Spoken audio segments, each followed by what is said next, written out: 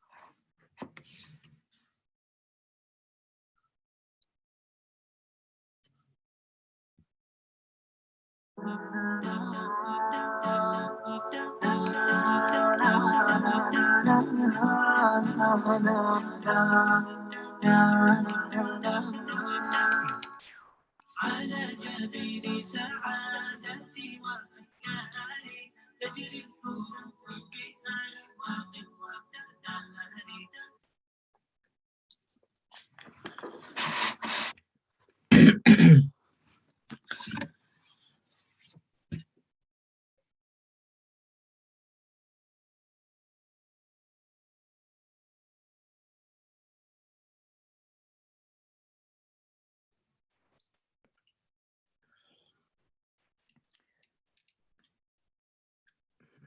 Bismillah walhamdulillah wassalatu wassalamu ala rasulullah wa ala alihi wa sahbihi wa man wala.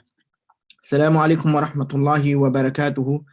My dear brothers and respected sisters, I hope everyone is keeping in the best of health and iman, inshallah. And I hope all your affairs, everyone, are being dealt with in the best of ways, inshallah. Just to inshallah let everyone know of the itinerary that we have today is inshallah we're going to begin off with a Quran recitation by Brother Uthman, inshallah. Then we'll have a quick quiz just to get everyone warmed up and started. and then we will have our marriage workshop with our beloved Sheikh Shakur Rahman, who is a senior advisor at Islamic Council of Europe, inshallah. And then it will be followed by question and answers. And for the Q&A session, you guys would realize that you have a Q&A session, a Q&A button on your Zoom webinar where you can just click on it and you can ask your question there. And if you wish to ask question anonymously, you can just tick off the anonymous button and no one, not even us, will see your name. So it will be a completely anonymous question, inshallah. So without further delays, inshallah, I'd like Brother Uthman, inshallah, to unmute himself. Or the Quran recitation. Assalamu alaikum, can you hear me?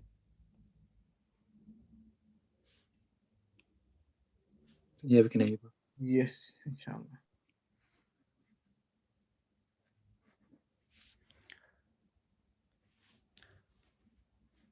أعوذ بالله من الشيطان الرجيم. بسم الله الرحمن الرحيم. فسبحان الله حين تمسون وحين تصبحون وله الحمد في السماوات والأرض وعشيا وحين تظهرون يخرج الحي من الميت ويخرج الميت من الحي ويحيي الأرض بعد موتها وكذلك تخرجون ومن آياته أن خلقكم من تراب ثم إذا أنتم بشر تنتشرون ومن آياته أن خلق لكم من أنفسكم أزواجا لتسكنوا إليها وجعل بينكم مودة ورحمة إن في ذلك لآيات لقوم يتفكرون ومن آياته خلق السماوات والأرض واختلاف ألسنتكم وألوانكم إن في ذلك لآيات للعالمين ومن آياته منامكم بالليل والنهار وابتغاؤكم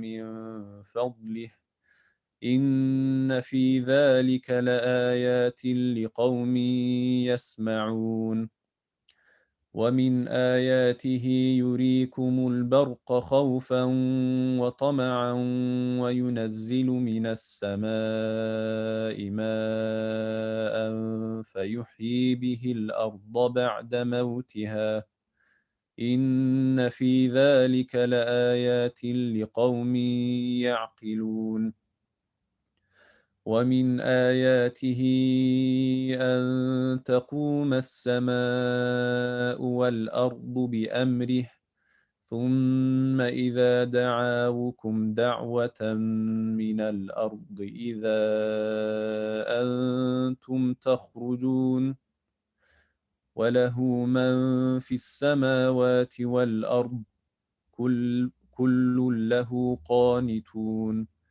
وهو الذي يبدأ الخلق ثم يعيده وهو أهون عليه وله المثل الأعلى في السماوات والأرض وهو العزيز الحكيم. Jazakallah khairan, bro, for a beautiful recitation. And I'm sure, inshallah, everyone has been following the recitation and the translation as well. And inshallah, just for everyone, these verses are from Surah Ar-Rum, verse number 17 to 27. So if anyone wishes to ponder upon them and do tadabbur later on, that is the reference for it, inshallah. Khair. So moving forward, inshallah, as the talk itself was going to be a little bit, obviously a little bit lengthy, including the Q&A.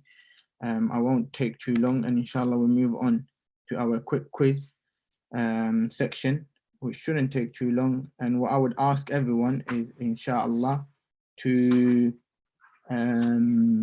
go on to their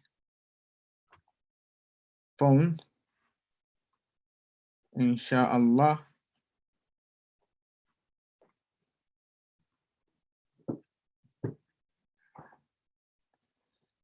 and if they can yet go into kahoot.it, they should have, or if you have the Kahoot app, open that up. This is the game pin, and inshallah we should have a quick little quiz, inshallah. By the way, there is going to be a prize for the winner, which we will, it's unknown at the moment, but inshallah it will be something great.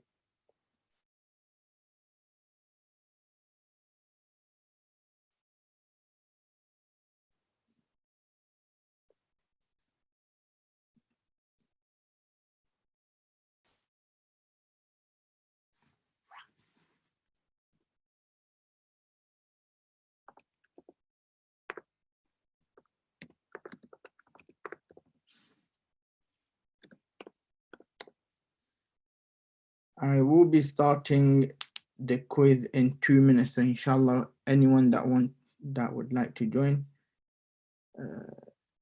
is good, that if you could be quick, inshallah.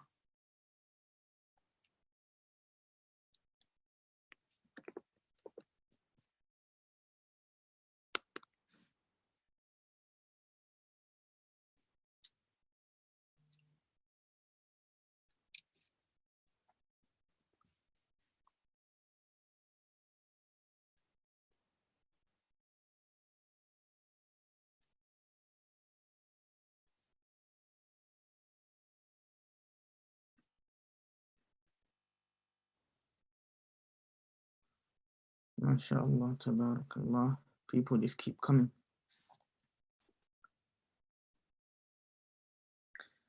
Sheikh, please feel free to jump in as well. Inshallah, we'd like to have you involved in this quiz as well.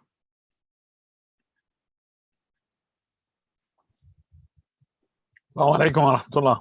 Wa alaikum assalam wa rahmatullahi wa barakatuh. How are you, Sheikh? Alhamdulillah, very good. But yani, it's going to look fixed if I win, and then yani, everyone's going to say it wasn't fair. And I don't want to get into that. So I let the brothers and sisters have a go, isn't it? Are you sure, Sheikh? Inshallah. Obviously, you don't think I'm going to lose, isn't it? I don't. I need you to show to the people how it's done. Yani, see, I don't want to embarrass others, yani, and make them think that they can't compete well. You know, I have to be humble like this. MashaAllah. Fair enough, inshallah. No one would know if you come in slyly. You mean use a fake name? Well, yeah, like You Superman. never know, Sheikh. And it's quite obvious now, isn't it? Everyone's logged on, and then I log on, and this funny name comes up. It's going to be too obvious now. Hey, inshallah. Hey. Yeah, brothers and sisters, inshallah, if everyone can screenshot their names as well, because there seem to be quite a lot of nicknames here. So just screenshot your name beforehand, so whoever wins, we would know who it is, inshallah. Okay, I'll start in 10 seconds. 10, 9, 8, 7, 6, 5, 4, 3, 2, 1, and Bismillah. We have a little general question. Let's go. What is the longest river in the world? Yangtze River, Amazon River, Nile River, or Pacific Ocean?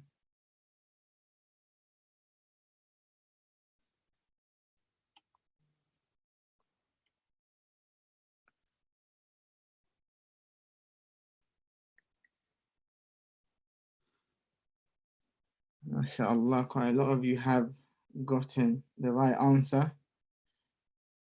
Surprised to see a lot of people have put Pacific Ocean. But let's see how they do coming ahead. So we have AZ, followed by Lion, FA, Ibn Ahmed, and HH. You have to, brothers, you have to be, brothers and sisters, you have to be very quick because the time runs out. Who is responsible for household chores? The husband, the cat, the wife, the trick question.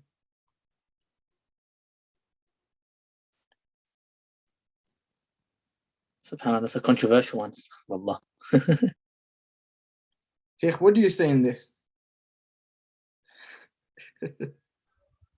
You have to ask me in the Q&A.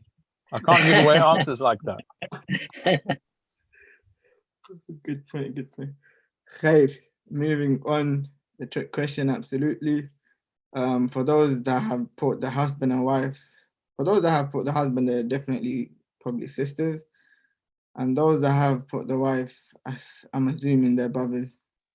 No, come on, bro. We have to have a good thoughts about everyone, man. Could be. Okay, moving on, third question. What does PCR stand for? Positive corona test, polymerase chain reaction, peptide chain reaction, polypeptide chain test.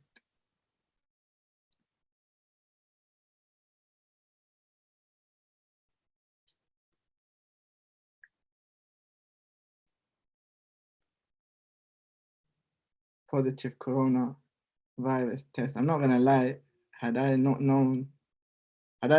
been hosting this, I would have put positive corona test. But yeah, for those that got it right, well done. Moving on, we still have Lion leading us, like leading what do you call it? The pride, isn't it? Yeah. Moving on, question number 4. Which companion narrated the most number of hadith? Asma radiallahu anha, Khadija radiallahu anha, Fatima radiallahu anha, or Aisha radiallahu anha?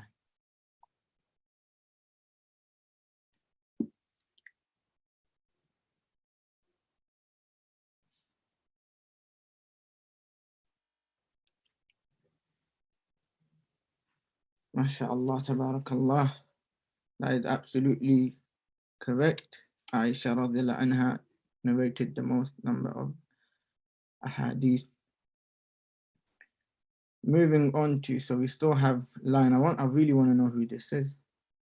Moving on to the final question. What was the tallest mountain in the world before Mount Everest was discovered? K2, Everest, Kilimanjaro, or Snowdon?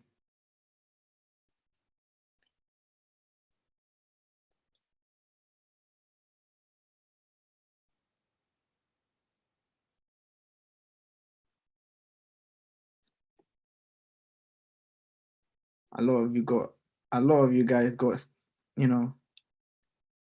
Whoa, wait. Only 4 of you got it correct. It was a trick question, wasn't it? Yeah. What was the tallest mountain in the world before Mount Everest was discovered?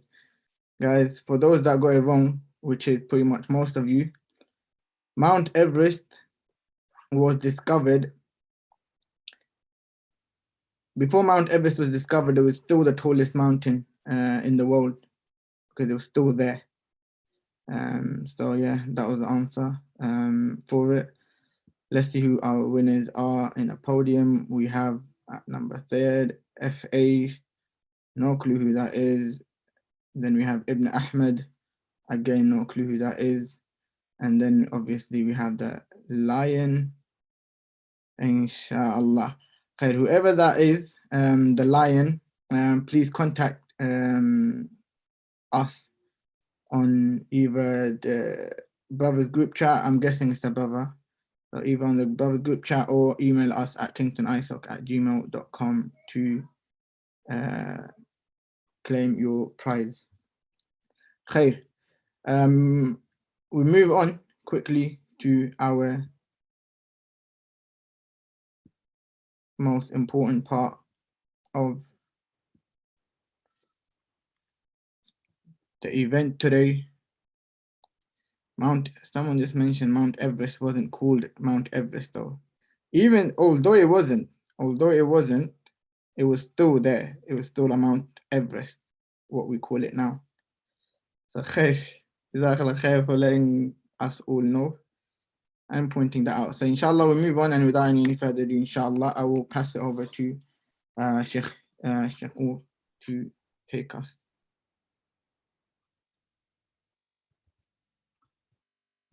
Okay. Can you enable my share screen, please?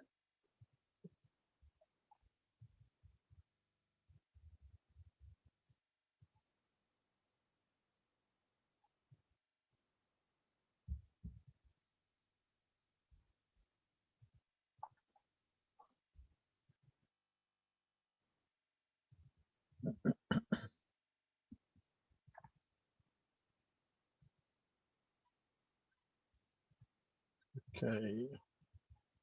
You can inshallah share your screen now, hopefully. Okay. Can you see that? Yes, absolutely. Excellent. Yep. Okay, good. طيب الحمد لله والصلاة والسلام على رسول الله أما بعد. Okay. Brothers and sisters, as an introduction, I want you to remember that marriage is fundamental to a Muslim's life. The marital bond is the cornerstone of a strong society and a successful nation. Okay, so it is so important in Islam that there is so much and such a great focus on marriage. And as you heard in the ayat that were recited in the beginning of the workshop, when the brother was reciting the ayat, Allah has made it from His signs. Marriage is from His signs. Okay, and in those ayat concerning marriage, Allah also tells us the core principles of marriage itself and what it should be based upon. So you've heard those in the ayat. Now, what we intend to do today is go through this marriage workshop, which consists of these different parts. Okay, so these are the sections that we're going to look at.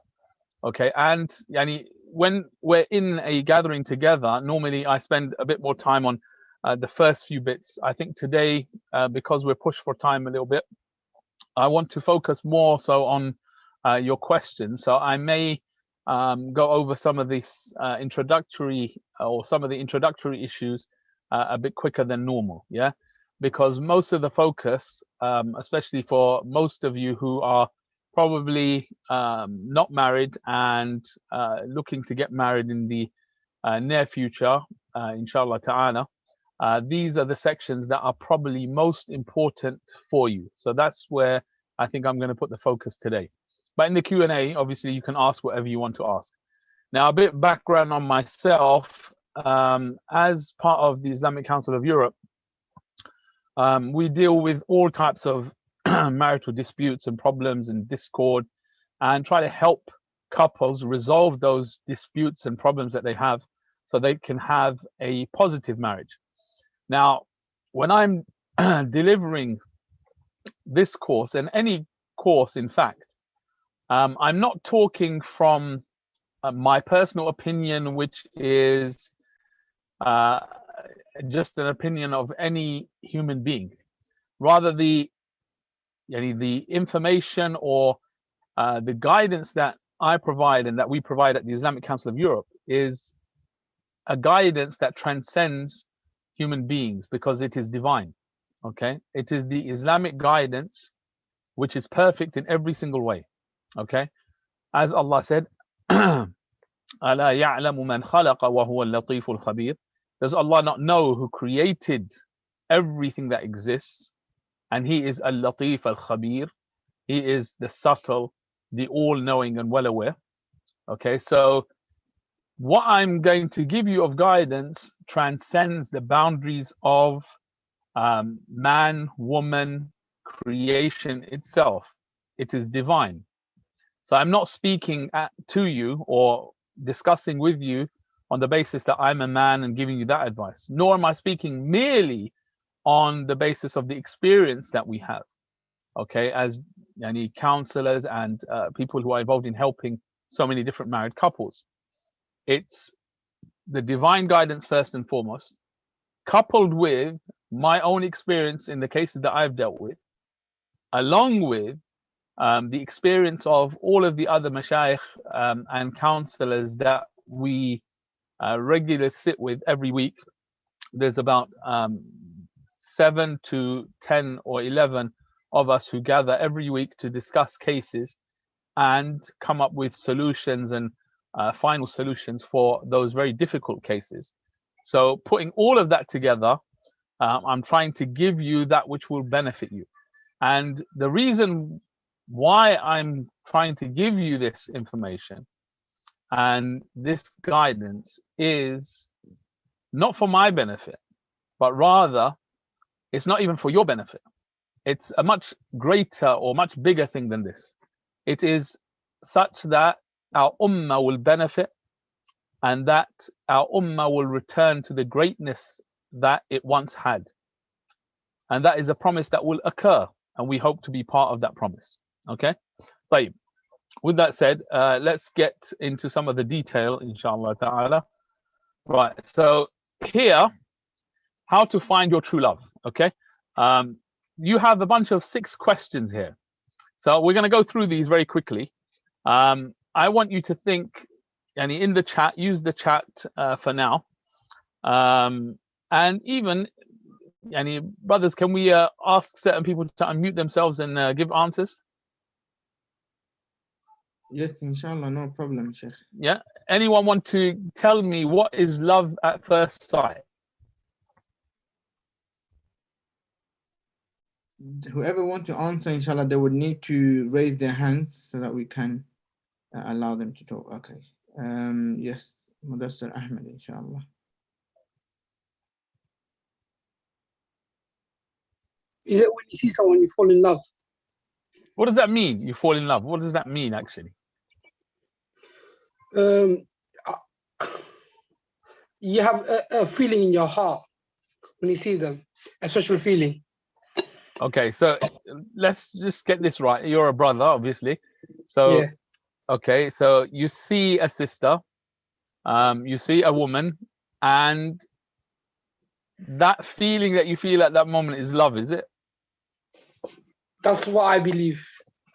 Like what? That's what you believe. Of my perception. That's your perception. Why do you call it love? There's an attachment. I don't know. It just. And that's love? Maybe I don't know love, but that's my perception. Okay.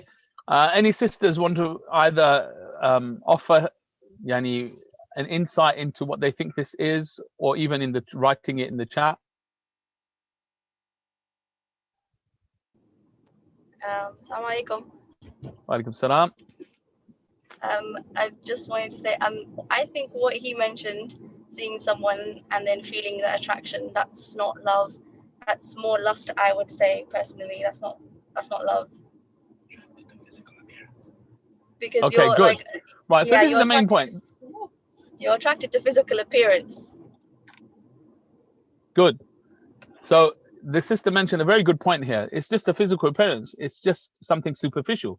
You don't know anything about them, or you know very little about them. And what you're actually feeling is just merely attraction. Okay. Right, let's move to the second question. What is infatuation? Someone else.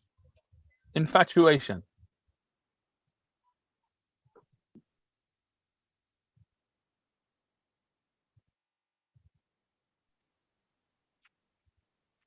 Assalamu alaikum. Walaikum salam tullah. I think both of these concepts are quite geared towards younger people. I think when your mind is a bit more mature, you do look at the world a bit differently when you have a bit more experience, and you start to see where a marriage and that kind of relationship actually fits in society. When you're young, you have less of these bonds. So I think these things it was quite interesting. If you look at something like Romeo and Juliet, he wrote that when he was quite young, and it's also considered a very foolish play.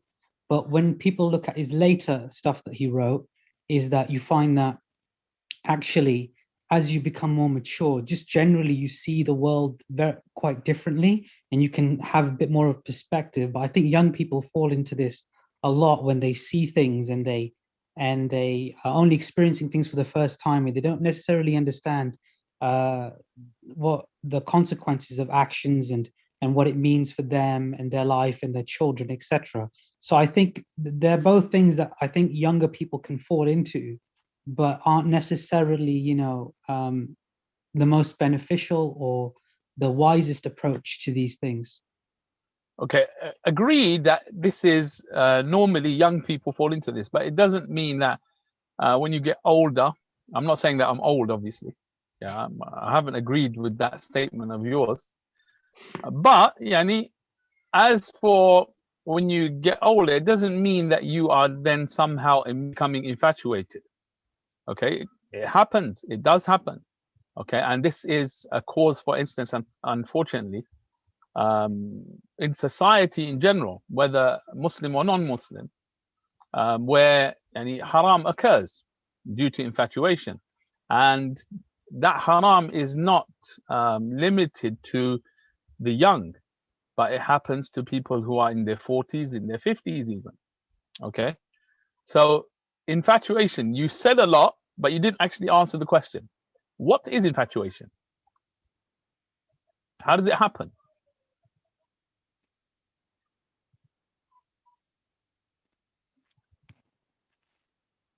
I don't think I'm the right person to answer that, to be honest.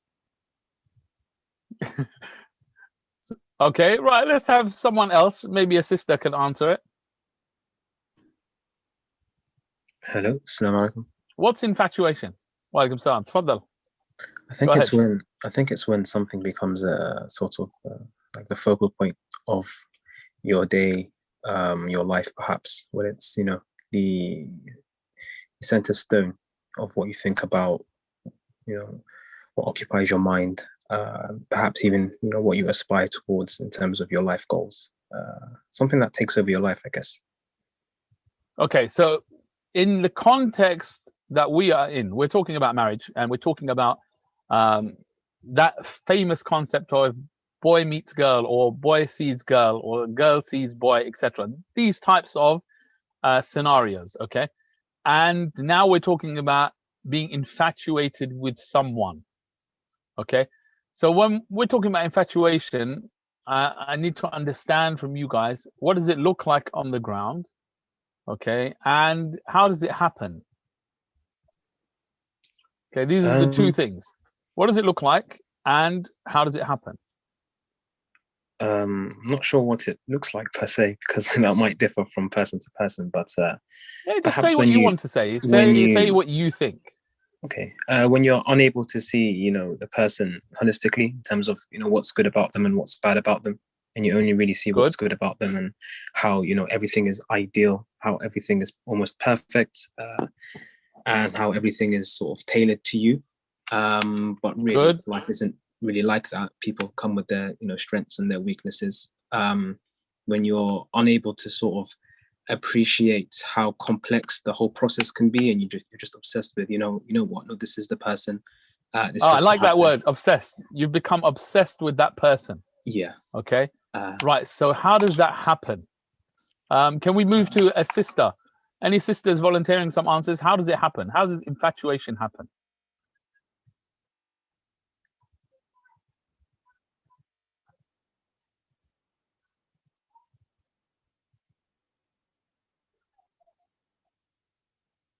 I can see a comment. Someone has said an intense but short-lived passion or admiration for someone or something. I'm not sure. Yeah, we've kind of understood that now from what the brother said as well. So you become, it's a type of obsession. You've developed this intense passion for someone, and they've become your focal point, and you think all these good things about them, but in reality, you don't really know them. Most of the time, not close to me. And we just want to understand how does it normally happen, because this is quite crucial for us in our daily lives, because these infatuations, we may confuse them with love, but they're not actually love. Okay, they're built upon that lust that was mentioned in number 1. So how does it happen? Our sister said when there isn't a healthy boundary. Good. But we need some more detail. When there isn't a healthy boundary, what do you mean by that? There's all kinds of boundaries that we're meant to have in Islam. So what does it look like? How does it happen?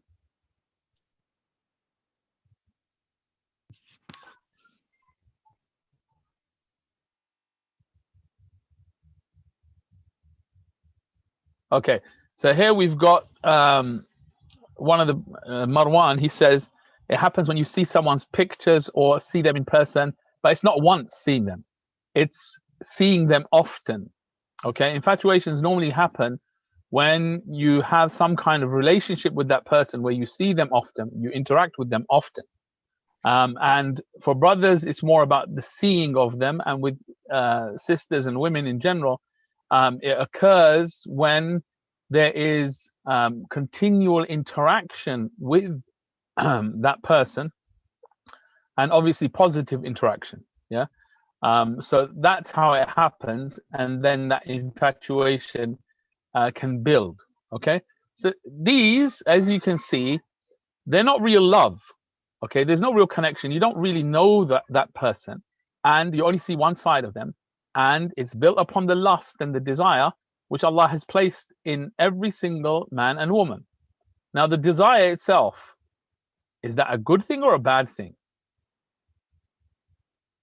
That desire that Allah has placed in us, that lust, that desire, is that a good thing or a bad thing?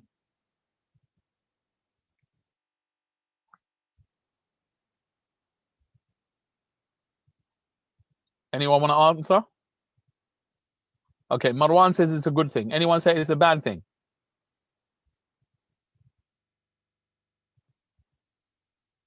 Anyone saying it's bad? Good. Okay, so here Allah has placed that desire in us. Okay, we have a sister Sarah. She said it's bad. Okay, what she probably means is it's bad if it's left uncontrolled and it's not directed correctly. Because Allah created it, Allah creates everything for a good purpose, because He is Al-Hakim, yeah, Al-Khabir. He is the most wise, and He is the all-knowing. Now, Allah created this desire in us for a noble, good purpose. Now, we are meant to direct it in a particular way. When we don't direct it like that and it becomes misguided, then it leads to all kinds of evils. But in itself, if you were to strip yourself of this desire, you would become a very weak person, and a person who doesn't have much motivation, and you would be a depressed person. Okay, and this is what happens to those people who are stripped of this desire. You find they're not very motivated, they don't really end up doing much, and a lot of the time they are depressed, and people who have various different mental health issues, etc. Okay, so this desire in us is innately a good thing, that without it we won't function well as a human being. Okay, but at the same time the desire needs to be restrained.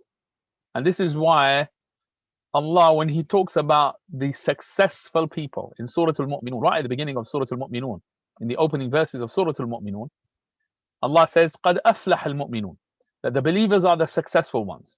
And then Allah lists characteristics, and from those characteristics, from the most important characteristics of the successful is وَالَّذِينَ هُمْ لِفُرُوجِهِمْ حَافِظُونَ, those people who are, who guard their private parts, who are chaste people.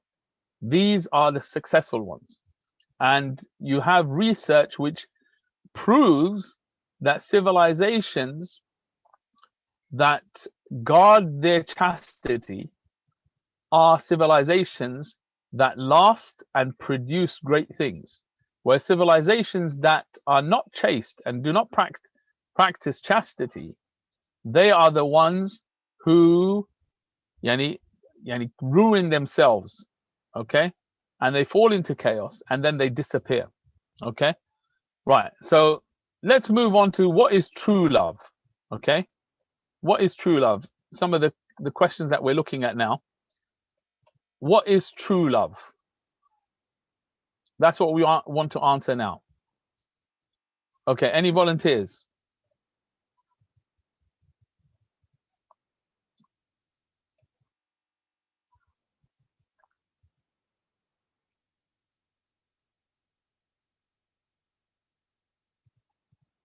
Okay, so we have some answers.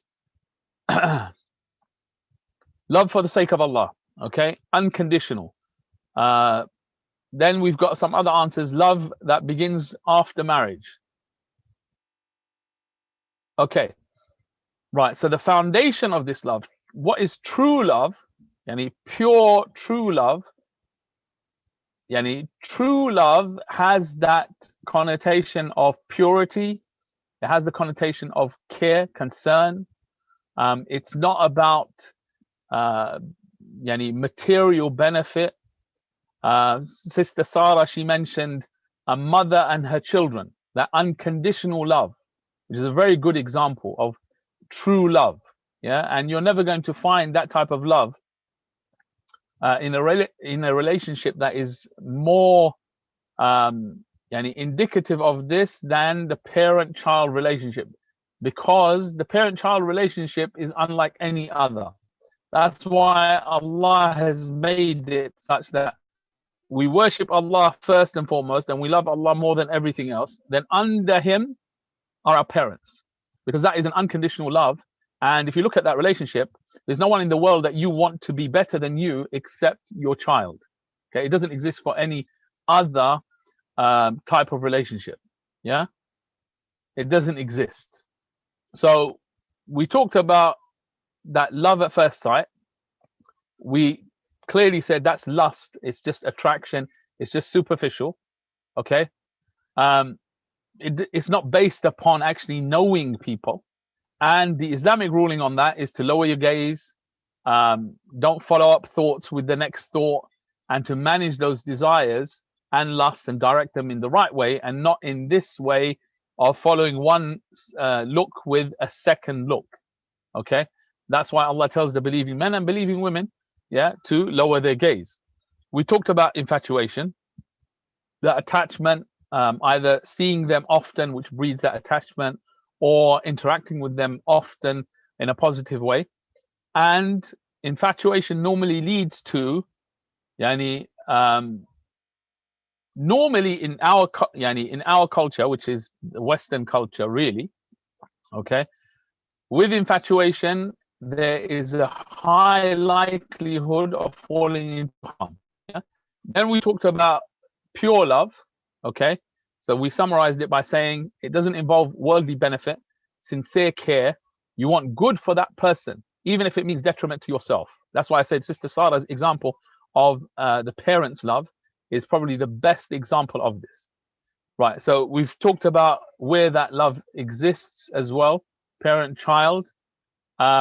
Now, that parent-child relationship, I just want to mention something very quickly here. You have so many, unfortunately, we have many cases where, children grow up and they don't listen to their parents, and they think their parents don't understand. And sisters, everything I'm going to say in this course is to benefit you, to help you to stay safe and away from problems. Nothing I'm going to say today, or I direct at sisters, is any type of attack. Rather, it is to prevent problems from occurring. And this is what the Sharia wants for every one of the ummah, yeah, every single man and woman, protection from harm and to maximize the good for them. Okay, so that's the angle. Now, many times we come across sisters who have gone against the wishes of their parents, thinking they know best when it comes to their marriages and what they should do. And unfortunately, in certain cases at times, they've really angered their parents and gone against their parents, and then when things have gone pear-shaped for them and they are completely, many cases unfortunately abused, neglected, they have no one left, who do you think turns up to pick up all the pieces even after all the damage? Who do you think it is? The parents. Exactly, it's the parents. Okay, in so many cases, case after case, that's what happens, because there's a true love there. It's not based upon anything worldly, rather it's something from the mercy of Allah. Okay, it's from the mercy of Allah that He has ingrained that kind of love within the hearts of parents. That's why they have such a great right over us. Now, how long does that love last? Okay, it's a never-ending love, because our parents will be concerned about us. Okay, that kind of love never comes to an end. It doesn't come to an end neither in this world, and it continues in the next world, because Allah causes it to continue, such that Allah mentions in Surah At-Tur that the believers, they will be brought together in Jannah in the position or the degree, the highest level of Jannah that family member or one of the family members has. Okay, so they're all raised up so they can be family together in the highest level of Jannah that one of them has attained. Okay, so no one's taken down, but rather they're taken up, and it doesn't end. So that's an eternal love that doesn't come to an end. Okay, so then the final one we're calling it pure love. Okay, what is pure love? That's the last one we want to talk about. Pure love. Okay, this is slightly different from true love and pure love. There's a slight difference. This is the one specifically about between who and who.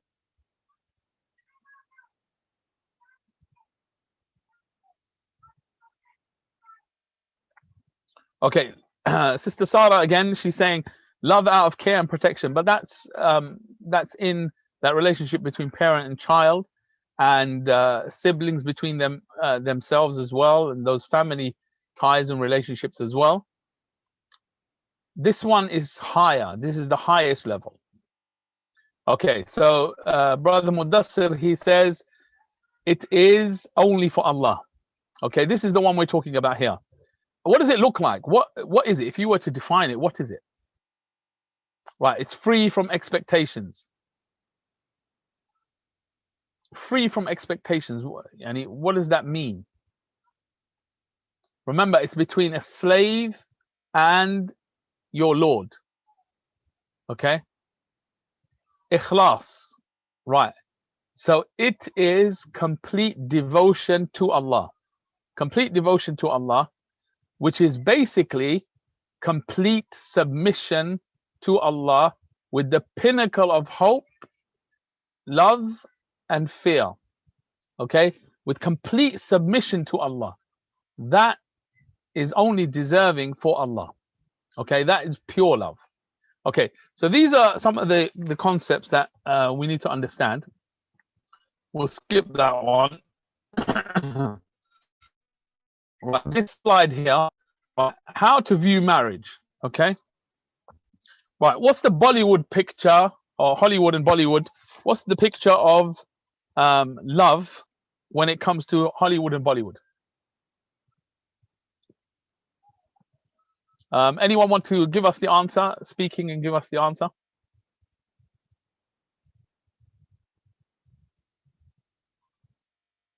Maybe, I don't know, one is in India, one is in America, I'm not sure. Yeah, that's not what we're talking about, isn't it? I want to understand, what is the picture that they paint for you? Okay, what's the picture that they paint of this love that they present? Hi everyone. I think they paint such a fake picture as to what really love is and what marriage is, and I think that being in a Western society, it affects you so much because it plays such a big influence on you, and you start to think, is this what it really is? Because the impact is so big that you start to think like that. And you, when you see other couples on Instagram, social media, you get confused because you almost believe that. And I think it's so hard to push yourself away from it. So that's how I would see the impact of it. Very good. That's the impact. But what does it look like? What picture do they paint? It's a fake. It's a fake picture. What kind? It's totally fake. Right. It's a fake picture. What is that fake picture that they paint? Is it a picture of complete sadness every day and difficulties every day? Is that what they paint?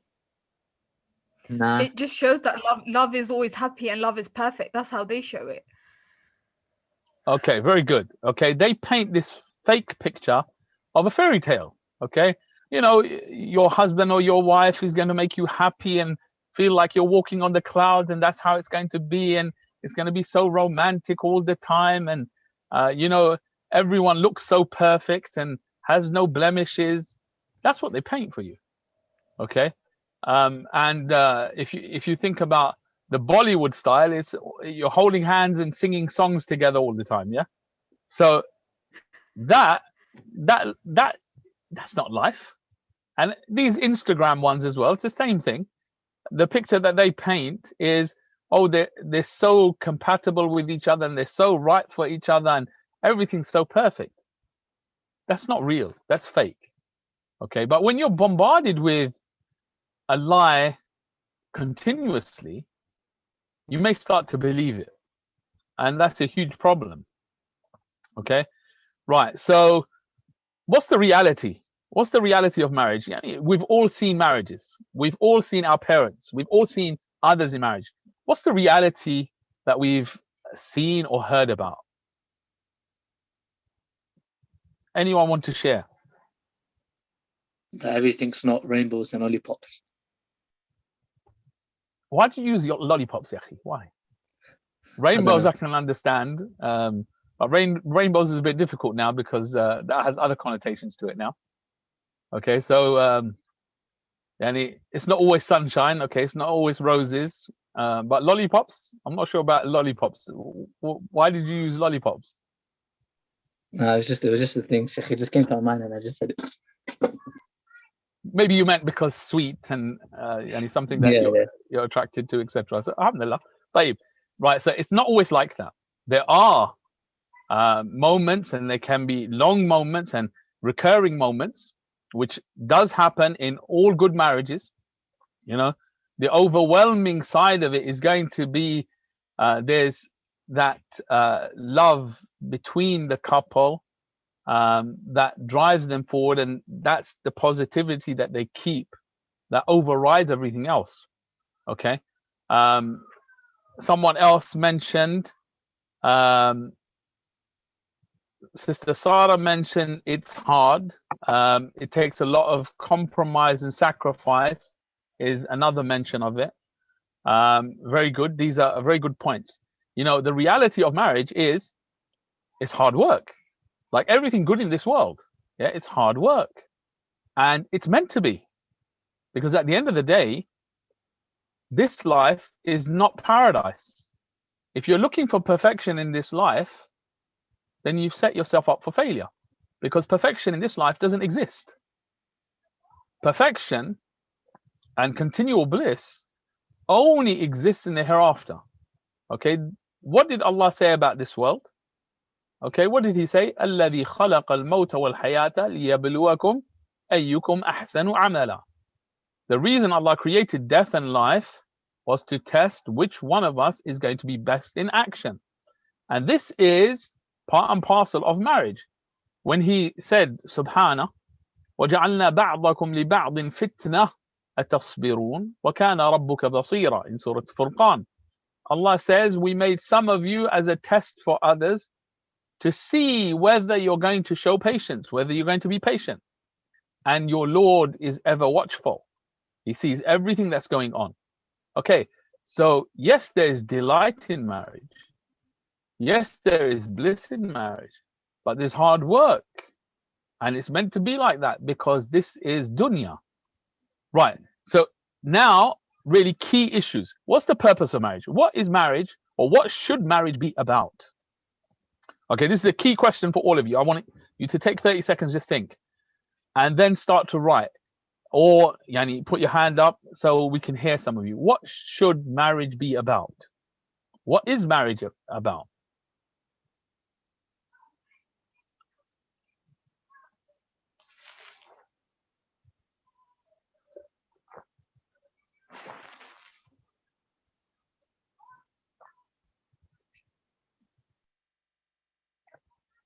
Okay, so we've got some of the answers coming up now. Maturity, self-development, love and compassion, getting closer to Allah together whilst growing the ummah. Right, this is particularly important. Number one thing you need to make marriage about, your marriage about. We're not like everyone else. We're Muslim. Okay? Everything in our lives is meant to revolve around Allah. The more you make your life around, based around what Allah wants and His pleasure, the more you will be able to handle anything that comes at you, and the more Allah will help you and look after you and take care of you. And there's no one in the world who can actually take care of you properly except Allah. So if you make things about Allah, you can never lose. And if you make them about other than Allah, you're always setting yourself up for loss. Okay? Right, so that's the key thing. Number one, it should be marriage is about Allah, pleasing Allah. When the Prophet sallallahu alaihi wasallam, he said that he advised us to marry, and he said, "An-nikahu min sunnati," and the nikah is from my sunnah.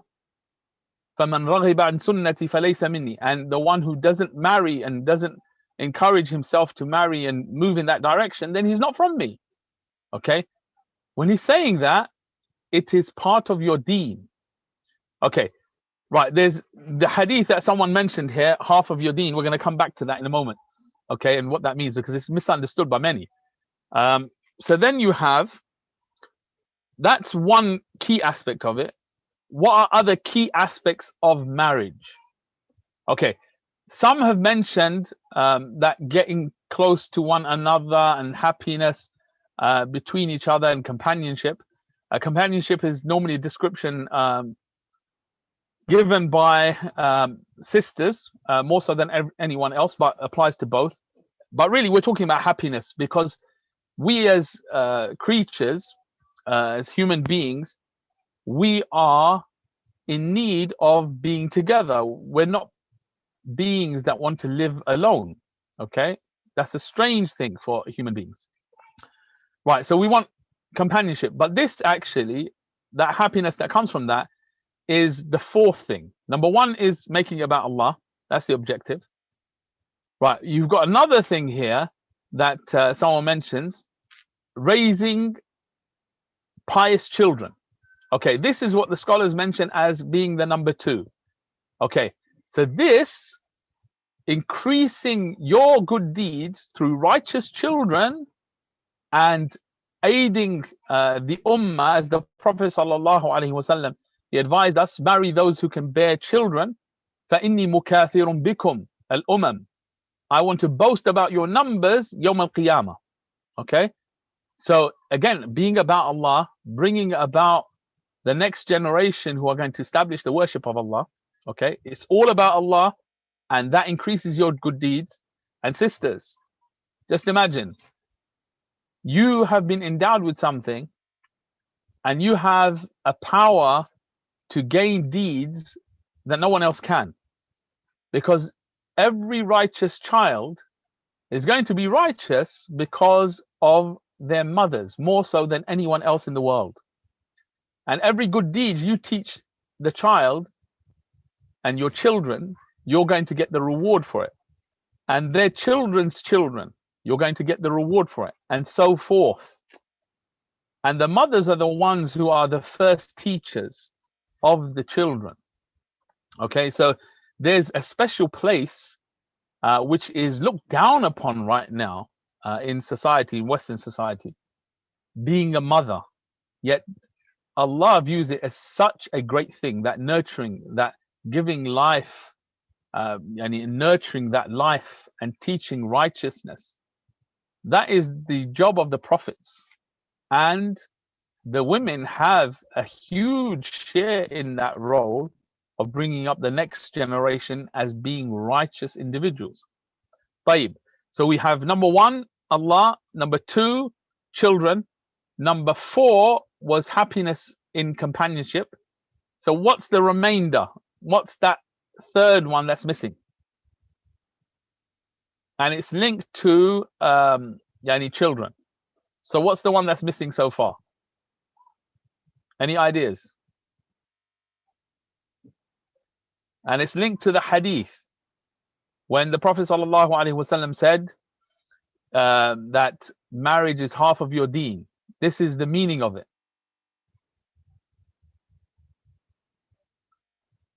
No one knows?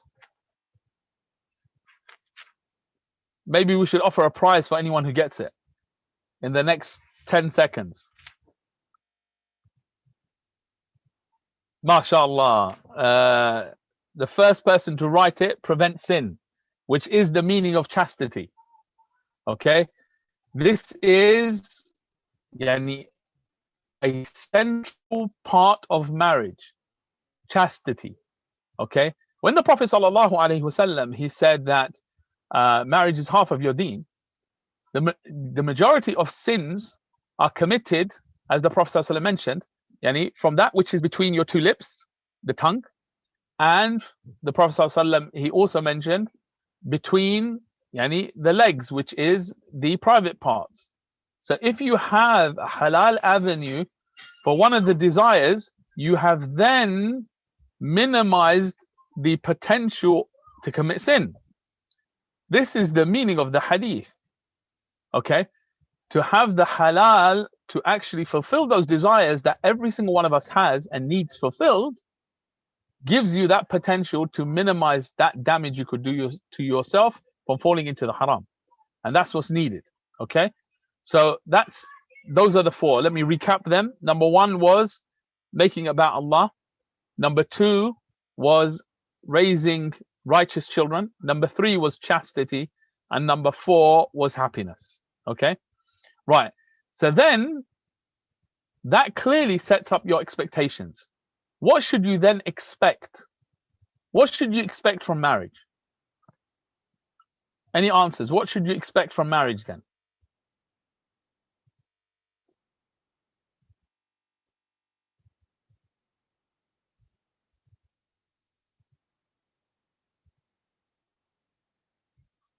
Any volunteers?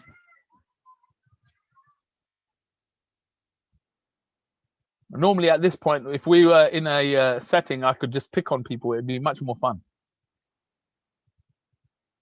Right, Marwan says a righteous spouse.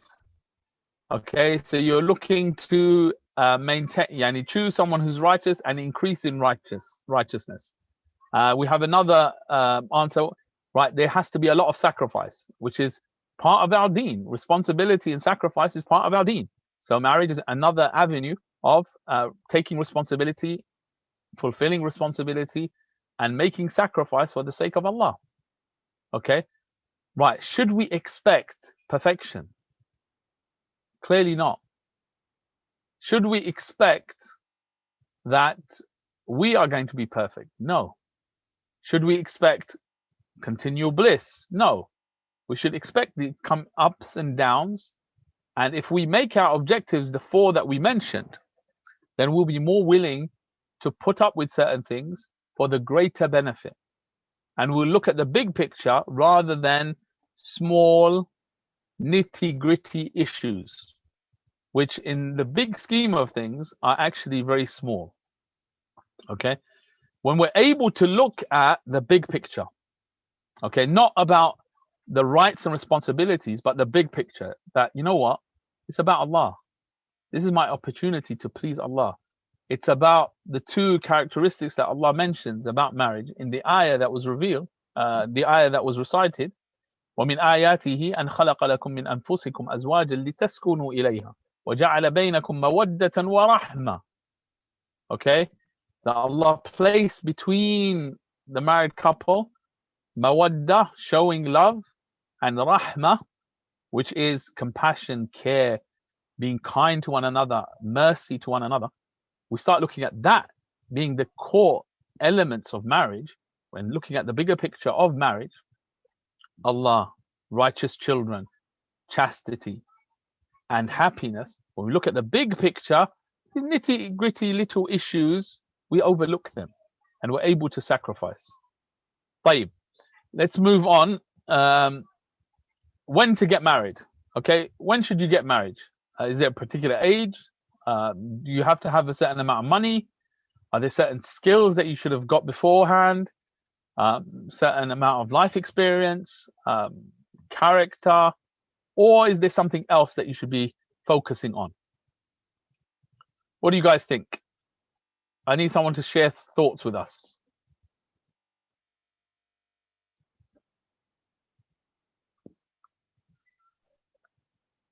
Should you get married early? Should you get married late? Okay, so one of the sisters, she said, when you're ready or when you can't contain your desires. Okay, that's one view. What else?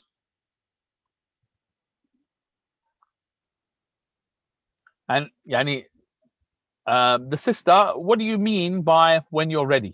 What does it mean to be ready? Probably financial as well, Sheikh, when you're not doing financially well. Okay, so there's two different angles here. There's a woman's angle and a man's angle. Yeah. So the brother clearly said, the finances are very important. Yes, clearly, because the man is responsible for maintaining the wife, providing for the wife, providing for the family. So finances are very important, but that's not what it all hinges on. Okay, that's part of being responsible. Someone else said when the opportunity presents itself. Okay, if you're waiting for the opportunity to come and you're not proactively doing anything, the opportunity is not going to come your way because Allah wants you to do something. So you need to look at that a bit more and in a bit more detail. One of the brothers, he says, when you are physically, financially, psychologically ready. Too many big words and no practicality there, except for financially. Physically, you're ready at puberty. Okay. What did the Prophet ﷺ say? What did the Prophet ﷺ tell us about marriage? When should we get married? Is it early or is it late? I think there's a hadith that narrates getting married young, I believe. Good. Okay, so the Prophet ﷺ, he actually says, "Man istata'a minkum al-ba'a falyatazawwaj." Whoever has what is required of means to get married. So he has some sustenance that can cater for marriage. He has an opportunity, someone to get married to. If he has those things, the Prophet ﷺ saying, get married as soon as you can. Okay, that is the Islamic advice. As soon as you can. Do not delay. This should be paramount in your mind, in your thinking. Unfortunately, what we have today is that, you know what, I have to have this, I have to have the other, and I'm going to delay getting married because I need to achieve this and I need to achieve that. The consequence of that is that many people, many young people, unfortunately, fall into haram. Okay, that's the reality. Desires are not things that are easy to deal with. And if it's prolonged, to deal with them can become even more difficult and sometimes impossible. This is the nature of human beings. If you don't have a halal outlet, most of the time, unfortunately, people fall into haram. Okay? It could be major, it could be less than the major haram, but the Prophet ﷺ's advice was marry as soon as you can. Okay, and we need to seriously think about that, because we live in a very promiscuous society. We are around all kinds of haram all of the time. The Prophet ﷺ told us to safeguard ourselves through marriage. If we don't safeguard ourselves, we're at great risk of falling into haram, without exception. Okay, there is no exceptions. Okay, طيب. I don't want to go into that in more detail. Right, the only thing I want to say is responsibility is key, being responsible, and part of that from the man's point of view is financially, and from the sister's point of view, you know, they don't have that responsibility at all. So it's more important that they focus on getting married at a young age. And normally sisters get married younger than brothers, obviously, but at the same time that's changing as well. The average age of when sisters get married and brothers get married is going up and up and up, because people want to achieve other things. Whereas the Prophet ﷺ, you know, he looked at things completely different, and the guidance that he gave us was very different. The Prophet ﷺ, for our sisters, did he say, you know what, you need to have a great career because that makes you a noble person and someone of value? Did he say you need to do certain other things to become a successful, valued person? Actually, what the Prophet ﷺ described success for the Muslim woman, okay, was if she has 4 things, she gets a reward that Abu Bakr radiallahu ta'ala anhu was promised. Yeah, we all remember the hadith where the Prophet ﷺ is talking about the gates of Jannah, and then Abu Bakr asks the Prophet ﷺ that, is there a person who's going to be called from all of the gates of Jannah? And then the Prophet ﷺ tells Abu Bakr that you're going to be one of those people. Okay, and then when someone else asks, no, he doesn't get that. He's told to, no, it's already done. Now look at the reward for a woman, and to get this huge reward that the greatest believer after the prophets gets, Abu Bakr radiallahu ta'ala anhu, called from all of the gates of Jannah.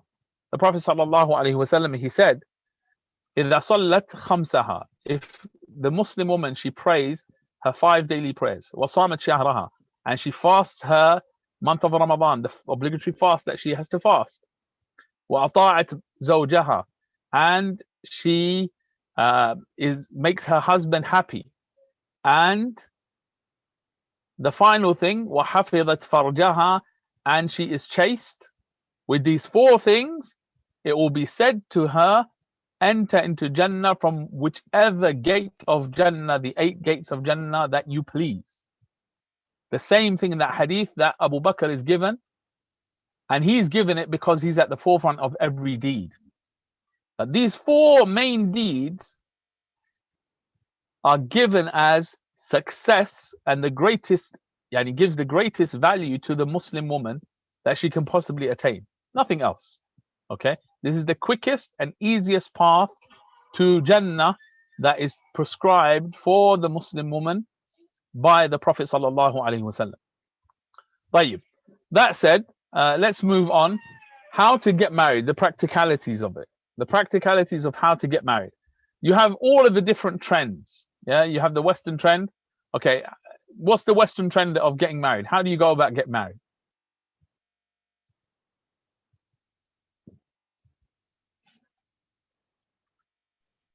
Dating, yeah, Sheikh. Is it? Dating, yeah, this is what happens, right? Dating, getting to know each other. Unfortunately, all the haram happens, and yani, there's nothing new, and then they get married. Okay, and then after they get married, what happens? They get divorced. Okay, right? Yani, even we have cases, unfortunately. Okay, I remember one particular case. In haram, they were together through thick and thin.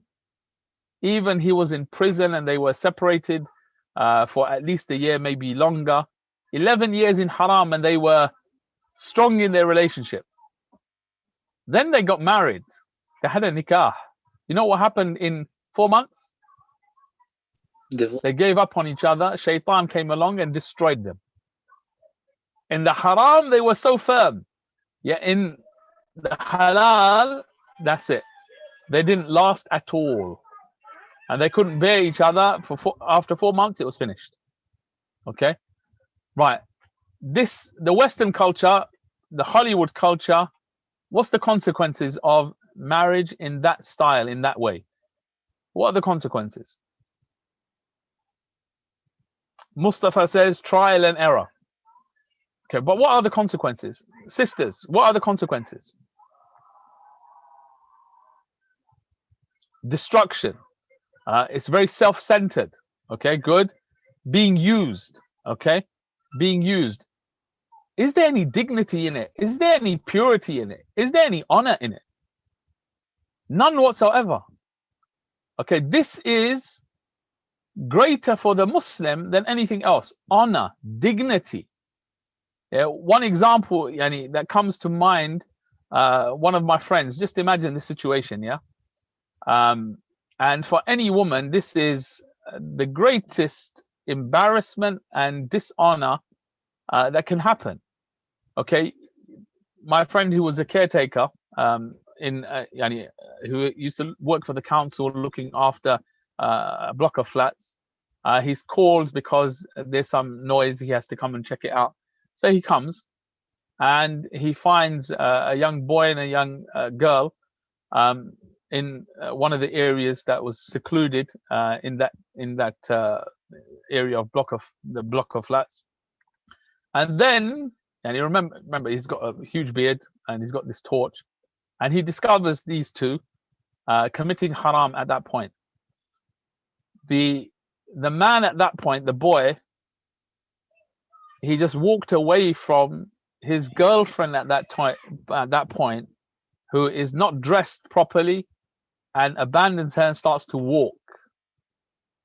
Doesn't want to show his face. And just imagine the disgrace that woman feels. Yeah, these are unfortunately, they were two Muslims, okay, in that area. And she's seeing this big bearded man, okay, and she's in that state, abandoned by the one who was being so close to her and pretending to be in love with her, if you like. Yeah, that humiliation, that being used, that lack of commitment, lack of responsibility, that filth, basically, it's filth. That's how Allah sees it. This is all filth and dirt. There's no piety in it. There's no purity in it. There's nothing good that comes from it. Okay, not to mention all the other medical problems that could occur, etc., etc. But the worst thing is, in the sight of Allah, this is hated. This is hated, and Allah punishes in particular ways that are so severe for these types of crimes. May Allah protect us all. Tayyib. If you look at the traditional model, however, of marriage and the Islamic model, they are okay. Traditional the model of marriage, where there's a lot of respect and dignity, where the man approaches the family of the woman and asks for her hand, and then there is in the traditional model, in all the different traditional models, you have a type of walima, you have a type of party where they marry, and then there's commitment, there's security on both sides, and the objectives are very clear. It's to have a strong bond between each other, to bring up a family together, to be the cornerstone of society. Yeah, that's in all the traditional methods. And if you look at society maybe 70 years ago and before that, that's what marriage was about. It was much more than selfish pleasures and fleeting pleasures. It was about building bonds that are lasting and bringing up strong families and increasing the strength of those families. Okay, so what's the Islamic model? How do you go about getting married in the Islamic model? Anyone want to enlighten us? Let's go with one of the brothers. Let's start with the brother, please. Anyone got their hands raised? Sheikh, if you want to pick on someone, you're most welcome to, inshallah. There's a list. You choose for me, isn't it?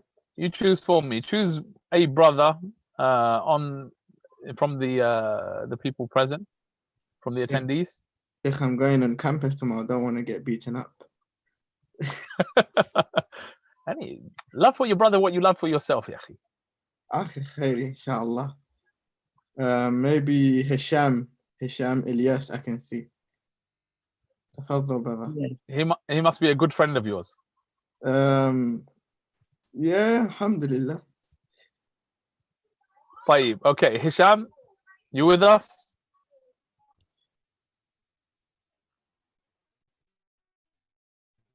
Hisham's run away now, you see? This is what you did to him. Brothers, this is not a good idea. In front of the sisters, this is not responsibility. This is not courage. This doesn't show that, you know, you have good qualities about you. Not a good idea. Okay, someone's raised their hand. Let's go with the person who raised their hand. Assalamu alaikum.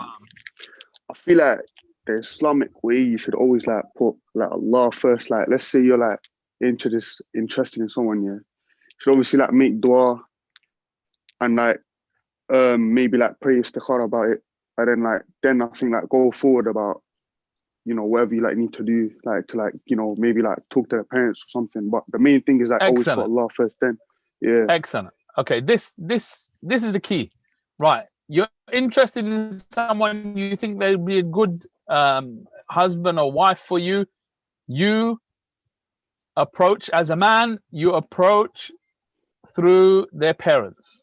Okay, you approach through their family. This is the dignified way to do it. You may consult people before you take that step, you know, to make sure that this is a good person to marry, and to find out more about their character before you take that step. But the whole point here is, Islamically, you're not going directly to that person. And sisters, likewise, if you want to marry someone, that's not a problem. That's not something bad. That's something actually good. You may see someone that you interact with because of halal and necessary issues like work. It might be through certain projects you're involved in, certain volunteering that you do, etc. You may become known or know someone who is a potential good spouse. There is no problem, and it's perfectly fine to think that, you know what, that's a good person to marry, and I want to find out more through other people, and I perhaps even want to get a message through to them through other people that I'm interested in getting married and seeing where it's going to go. But this should never be done between the two who are interested. It should always be done through using the families or getting to the families after finding out that this is possible. They are both interested in each other, and that is through others, and then moving forward like that. Okay, right. So we can deal with the detail of that in Q&A. Otherwise, it's going to take up more time, and the brothers are telling me I've got very little time left. Right. The right spouse. This is key. Right. What are the main things you should look for? And first, let me focus on the brothers, and then we'll come to the sisters. What are the main things you should be looking for in a sister? Okay, brothers, what do you think? What are some of the main things? Just write it on the chat so we can move quickly.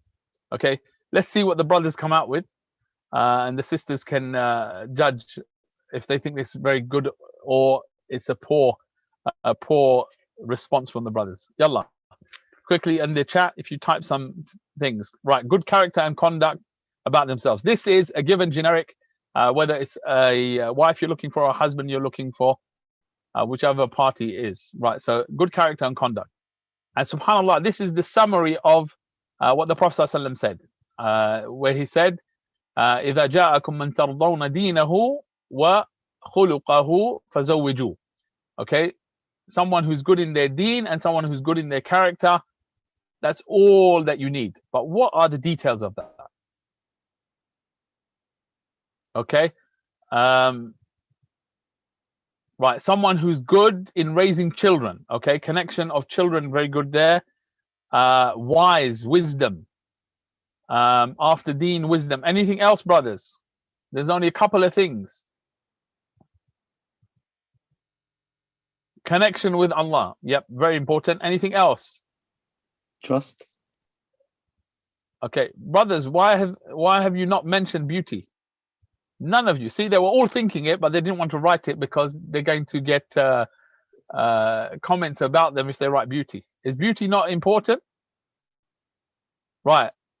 Physical beauty, yani, let's, mashallah, one of the brothers, he said appeal.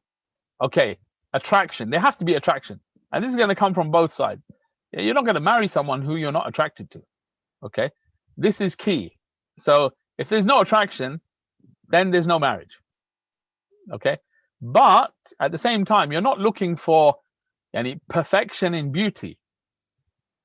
What you should be looking for, and this goes for both brothers and sisters, is that you are attracted physically. You have desires for that person. If that is there, then there's compatibility on that level. Okay, just because of time, I'm going to show some of these answers here. Right, cheerful and optimistic. And you need a wife who's going to be cheerful and optimistic. Why? Because after the stresses of life, work, etc., you want to come home to a cheerful and optimistic house. And you know what? If a man is cheerful and optimistic, he doesn't change the environment of the house, the home. If a woman is cheerful and optimistic, she makes the home a cheerful and optimistic place. Okay? Men can't do that. Women do that. So you have that famous statement, which is something along the lines of, a woman makes a home. Yeah? A woman makes a home. And that cheerfulness and optimism is key. So that's something key that brothers should look for. Being from a good family, okay? That lineage is something that the Prophet ﷺ mentions, but the bond of the family, the love. If someone has been nurtured in a loving household, they're also going to be loving, and they're also going to have all of those good characteristics, okay? Any similar language, it's not, you need to be able to communicate well. Every one of us here in the UK who's brought up in the UK, our common language is English. If they have another language, then that has its pros and cons. Okay, we can talk about that later.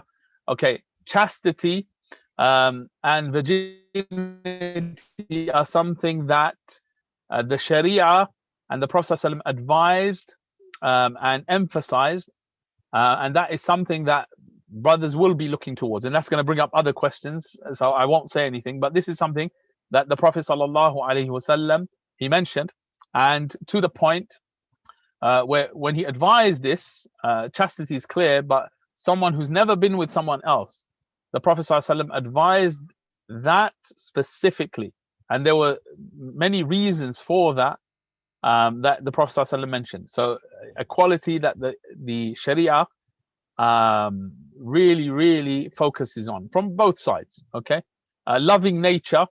That loving nature is mentioned in several different ahadith where the Prophet ﷺ says, "Tazawwaju al-wadud." The word al-wadud, loving, people who show love. So that needs to be a clear nature of someone you're intending to marry, a wife that you're going to marry. Contentment with little. Okay, someone who's content with what Allah decrees for them, who is at ease with the decree of Allah. Okay, so these are key characteristics that you should be looking for, and the ability to have many kids, and that will be shown in their parents and how many kids they have, and their relatives and how many kids they have. Okay, so this is another thing, because the Prophet ﷺ wants a large ummah yawm al-qiyamah. Okay, so yani, this is summarized like this with some of the hadith attached to them. Okay, but they're the same issues here, focusing on after righteousness and good character. You can see key things here: loving nature, contentment with little, chastity, okay, and the ability to have kids. But those issues of loving nature and being optimistic, key issues, right? So then if we look at sisters, what do you think makes a good husband? Be honest, write whatever you want. Okay, there's a sister who's raised her hand. If we go to her.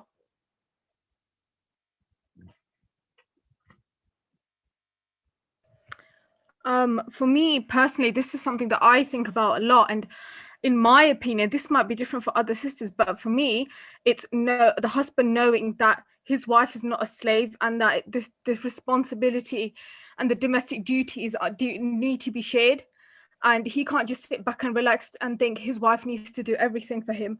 So I think that knowing his responsibilities equally as the wife does is very important. Okay. I'll come back to sister's comments. Okay, but that was her comment. The only thing I'm going to say at this point is that, you know, in all of the marriage discord that we find, housework is not the problem. Okay, housework, even though the majority of households, the wife is the one who does the majority, if not all of the housework. That's not the be-all and end-all of marriage, and that's not what causes breakups, and that's not what actually makes a good husband. There's underlying characteristics that would give you what you're actually talking about. When the sister talked about, you know, not treating her like a slave, she's actually talking about something much higher than just doing the housework. She's talking about someone who's going to honor her, someone who's going to love and care for her. Those are the underlying issues.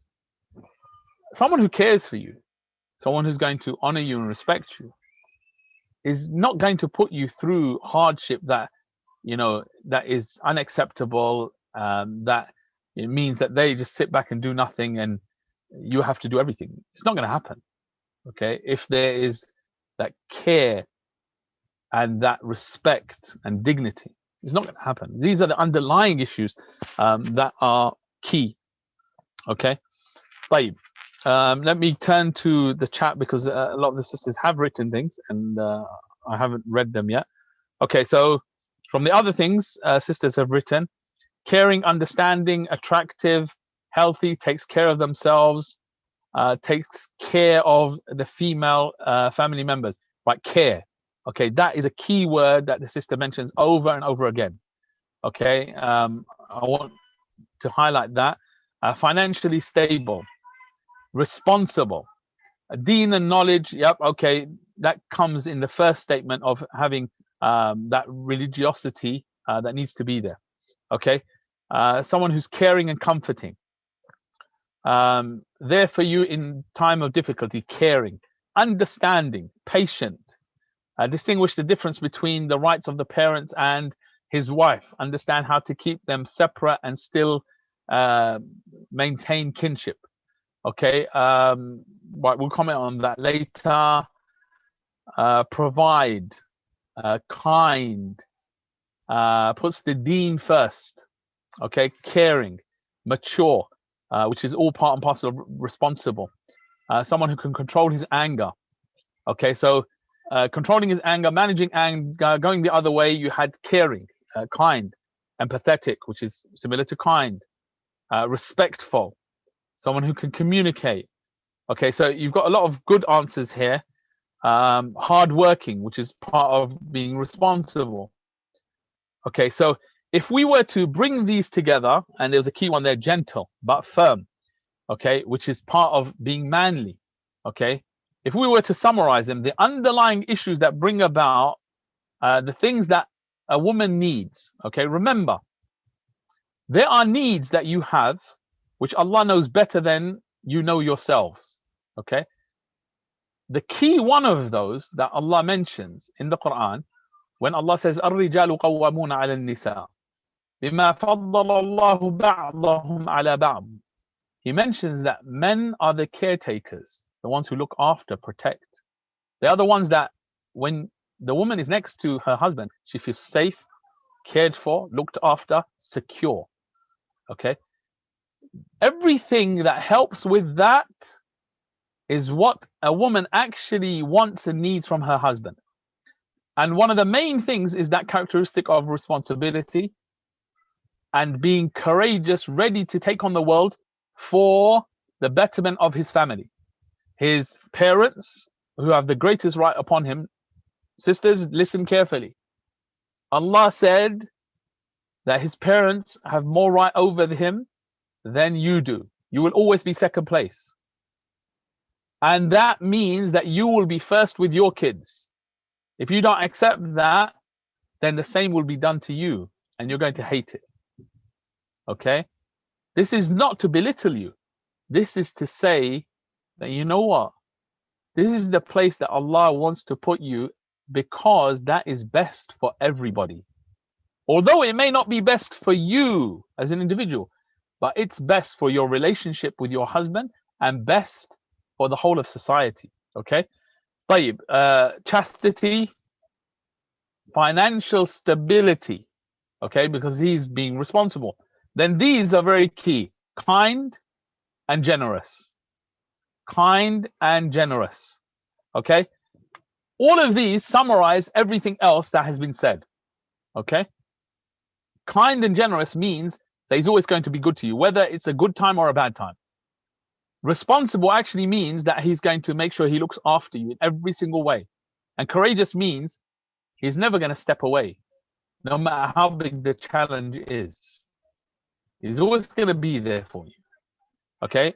Right. So, because of time, that slide just kind of reiterates them with the appropriate hadith and ayat mentioned next to each one of them. But it's just a repetition of those. طيب.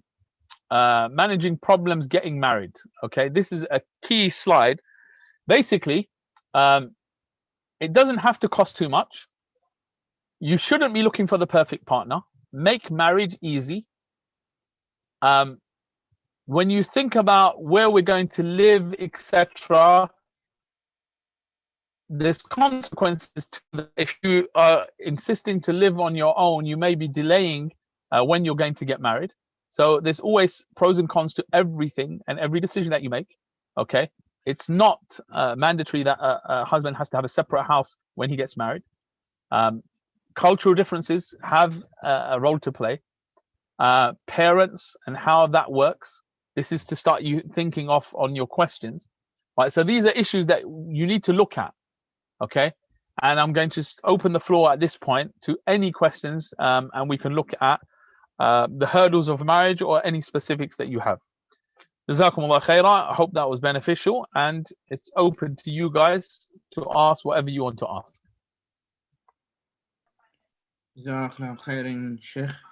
Yeah, for anyone that wants to ask questions, they can utilize the chat section, and if they want their question to be anonymous, then they can inshallah go into Q&A and take yourself anonymous so that your question, that your identity is not shared with anyone, not even us, inshallah. Or if you would like to unmute yourself, feel free to raise your hand, inshallah. Okay, there's questions already in the Q&A. Do you want to read out those that need to be answered? Yes, perfectly. So Sheikh, first of all, I can see is if someone had a bad experience with marriage, how do they go about entire process without stigma and having lower self-esteem and lower standards? Okay, so Yani, not every marriage succeeds. Okay, not every marriage is going to succeed. Right, if you made your marriage about Allah, then whatever happens, you will still succeed with Allah. Okay, so maybe it was a trial that you had to go through to develop you as a person, and there are wisdoms behind it that maybe you'll never know, but Allah knows. Okay, so how do you go through the entire process Yani, if it's a woman, you've been married before, yes, there is a stigma, yani, who's going to marry you now? But there are plenty of people who've been through divorce. There's plenty of people who will yani, be potential husbands to you. And likewise, men who have been divorced, yani, the situation is similar and even easier, okay? So getting through is having that confidence to force yourself, you know what, just because it didn't work out the first time, let me be hopeful in Allah. Because the Prophet ﷺ said that Allah said, Ana inda dhanni abdi bi. I am as my slave thinks of me. In dhanna khayran fahuwa lah. If he thinks I'm going to treat him well, I will treat him well.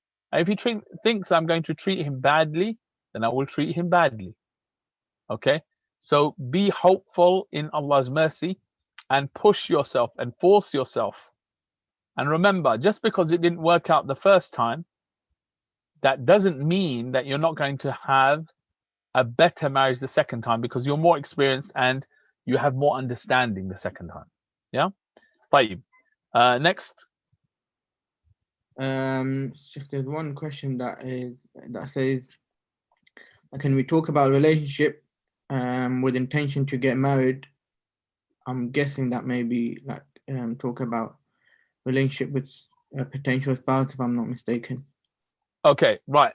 Talking to the person directly, okay, without involving the family and not having a third party doing that communication is a no-no. Okay. You know why? Because this is how, and especially my sisters, listen very carefully. You know, I have 3 daughters. Okay, and every one of you is my sister in Islam. And I don't want you to get hurt. Every one of those cases, and we have loads of them, unfortunately, where the sister has been abused and is in a bad relationship and everything bad you can think of, okay? Her relationship started because she got very close with the person she thought was going to be a good husband for her directly. And the way Allah has created men and women, sisters, and this is not to belittle you or say anything negative about you. Rather, this is fact. Do you know why Allah put your wali in charge of your marriage? Because He knows, because He created us, that men are very good at manipulating women. Okay, and when a man gets through into your heart, you will not be able to see the pros and cons, and he will be able to manipulate. So that's why Allah placed a man in charge of your marriage, because men understand men.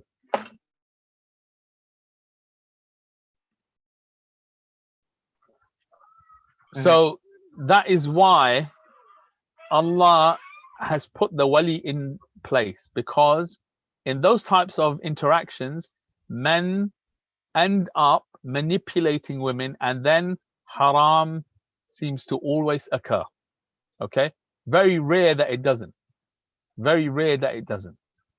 So definitely a no-no. Have a third party doing the communication, and then approach the family when you believe that, yep, you know what, this is likely to be a good spouse for me. Okay, never direct. And sisters, at the same time, you know what, if a man is being direct with you and he wants to marry you and claiming that he wants to marry you, what should you understand about his character?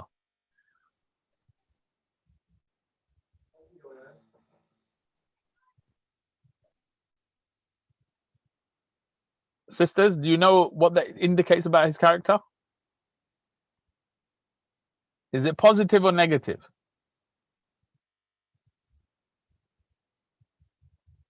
Clearly, okay?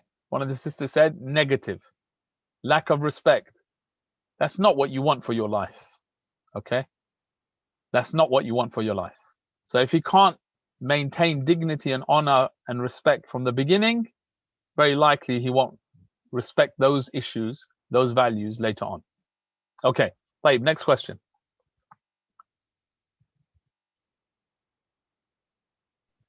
This is one of the most asked question in regards to marriage, but I'm pretty sure you have covered and people should know, but just to summarize, how do I know if I'm ready for marriage? Okay, this depends on man or woman. Right, woman, you are ready for marriage. Okay, once you have got to the age where physically you're ready for marriage. And in this country, you can't legally marry until what age? 18. 18. Okay, so my sisters, by 18 you are ready for marriage. Okay, you may not think you are ready for marriage, you may not have all of the right skills for marriage, etc., etc. So then what should you do? The Prophet ﷺ actually told you to get married early. That's actually best for you. You know, that's actually best for our communities, that's best for our societies. Now, upskill yourself so that by the time you're 18, you're ready to get married. You can do everything else you want to do afterwards as well. Marriage actually makes your life more fruitful and increases your capacity to do things. Okay, that's how marriages should be working. And if you upskill yourself before getting married, you will be able to do that. Okay, the problem is that we don't educate ourselves and we have these goals that, you know what, I need to do these things by 30. Then you don't actually learn what needs to be learned.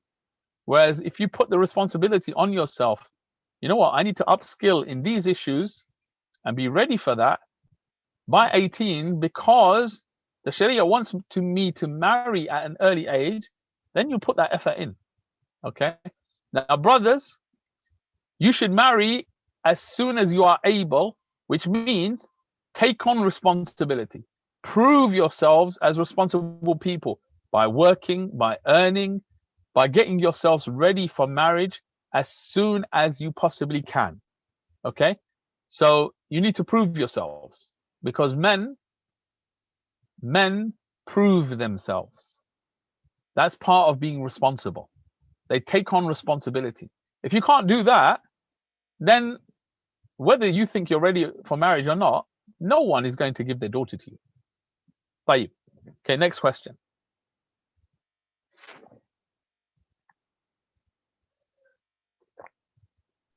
Next question with this as you mentioned, that it's a person or a man's parents having more rights and husband wanting to stay at home to care for parents for 30 or so. As sisters, are wives wrong to want to not live with in-laws, or should we compromise, especially if there is a non-mahram in the house like brother-in-law? Okay. People have their own wants and needs, yeah, above and beyond the basics that we've been looking at. So what we've been looking at today is more focusing on the most important things in marriage, yeah, the characteristics, how to go about it, those types of issues to get the mindset correct. Now, you may want, as a woman, you may want, and it may be the thing that you're not willing to compromise on, of having your own place and not living with in-laws.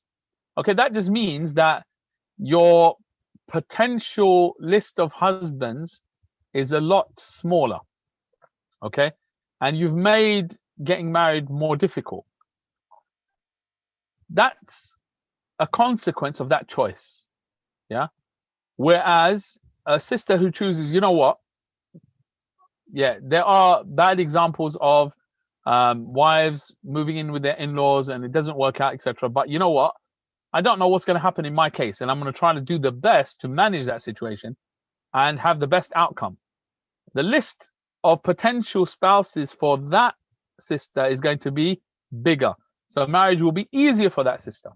That's a consequence of that choice. So at the end of the day, that's up to you. Okay? That is up to you. That's your choice. But with every choice, it has a consequence. Okay?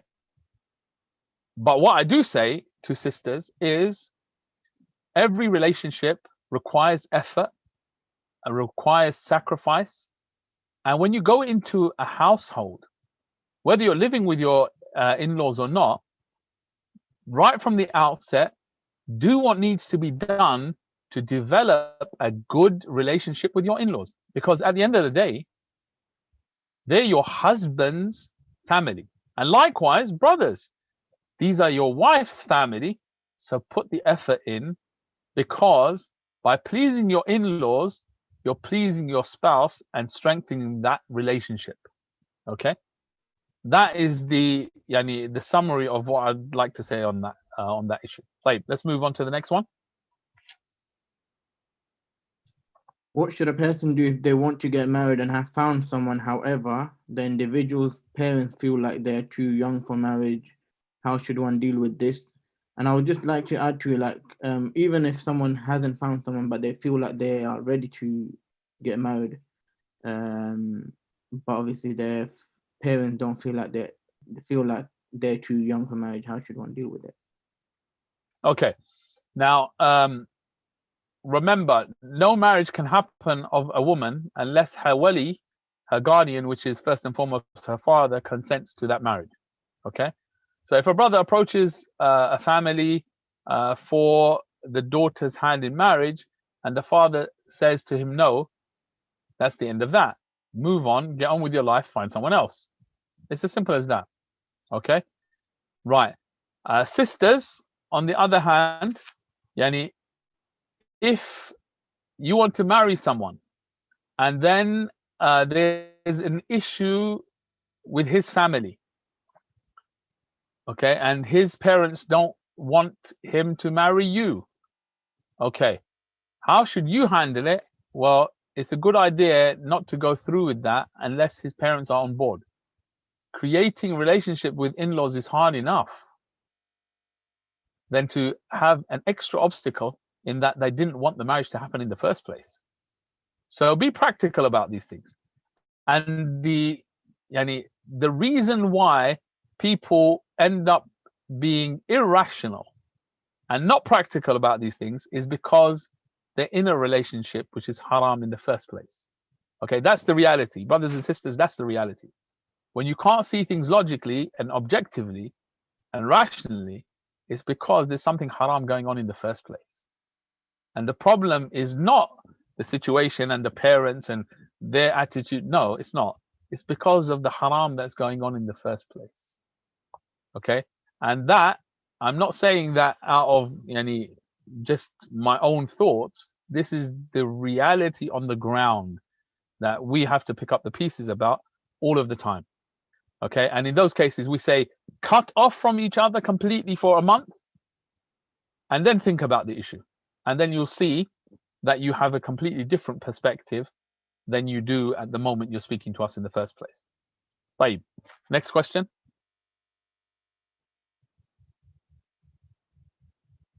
The next question is, what do you do if you want to get married but you don't know who to approach? Like, not sure who to approach. It could be different reasons. You don't have maybe parents or someone who's not understanding, but you're still trying to get married. Who do you approach? As we said, the approach is through a third party. So you may want to find out if the other person's ready for marriage, interested in marrying you. Go through a third party, someone you know, a friend, someone older perhaps. And remember, young people need to spend time with older people. And you can do that by volunteering and helping people and getting to know people in the masjid, getting to know elders in the community, etc. Because, older people are your gateway to getting married, okay? More so than anyone else. And they have those connections. And they can actually put in good words for you, etc. And they can give you life experiences that you're not going to get from anyone else. Okay, so and that is such a valuable source of knowledge and experience that you can't do without. Now, how can you not know who to use to get married? Right, you need someone to make that approach on your behalf, sending them a letter, not you sending it directly, getting them to carry the message, maybe through another person, etc. So there's that avenue to find out if they're interested. Then if that goes well, they are interested, then you just need to find out the details of their family, and that's obviously going to come from them, and you contact the family. That's it. There's nothing else to it. It's not like get their social media account and get chatting to them. No, that breeds haram. Okay, you can be the best person and the most pious person in the world, and so can they. But I'm telling you, go down that route, and you're very, very likely to fall into haram, because no matter how pious you are, Shaitan and his tricks, he has more of them and more experience than you'll ever have. Okay, because he's been doing this since the time of Adam alayhi salam, and he won't stop until he takes everyone he possibly can into Jahannam from amongst us. Okay, but if we move on to the next one. Yeah, Sheikh, it just take me to the next question.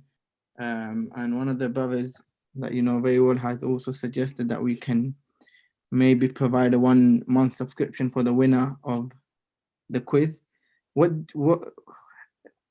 do you say about the Muslim marriage apps like Salam and Musmatch, etc.? Okay, yani I'm not going to comment on any particular apps, because really I don't know them. I haven't looked at them. What I do advise you to do, both brothers and sisters, look, marriage is a serious issue. What I have to advise you is that, you know, everyone can present themselves in the best way. Everyone's a master at presenting themselves and masking all the faults that they have, and making it out that they are so wonderful. Everyone can do that. Okay, marriage meetings, people can do that too. Okay, you're not going to get much from a marriage meeting except knowing whether you're attracted to that person, and then seeing if you're able to talk to that person. You're not going to get much more than that. Before you get married, make sure you've investigated the person by finding out what they were like when they were in secondary school and college. Okay, because those characteristics are them. Who their friends were, what their friends were like, what were they into, etc. How did they spend their time? That tells you who the person is. Because, you know, at that age, you're not very good at masking your negative characteristics. You're very open. You are who you are. And that's what you show. Okay, so do your investigation. You may come to know someone in various different ways. That doesn't mean that you don't do the research that needs to be done. Now, brothers, you're not going to be able to research into the sister. Your sisters, your female relatives, they have to do that. And likewise, sisters, you're not going to be able to research into the brother. Your brothers, your male relatives have to do that on your behalf. Okay, but you need to push, each side needs to push the right people to do that investigation and come back with the findings, and then you need to have shura in your family to make that decision, a joint decision, to make sure that you've done your due diligence to have the best opportunity in a successful marriage. Yeah, that's what it's about. Right, if we move on to the next one.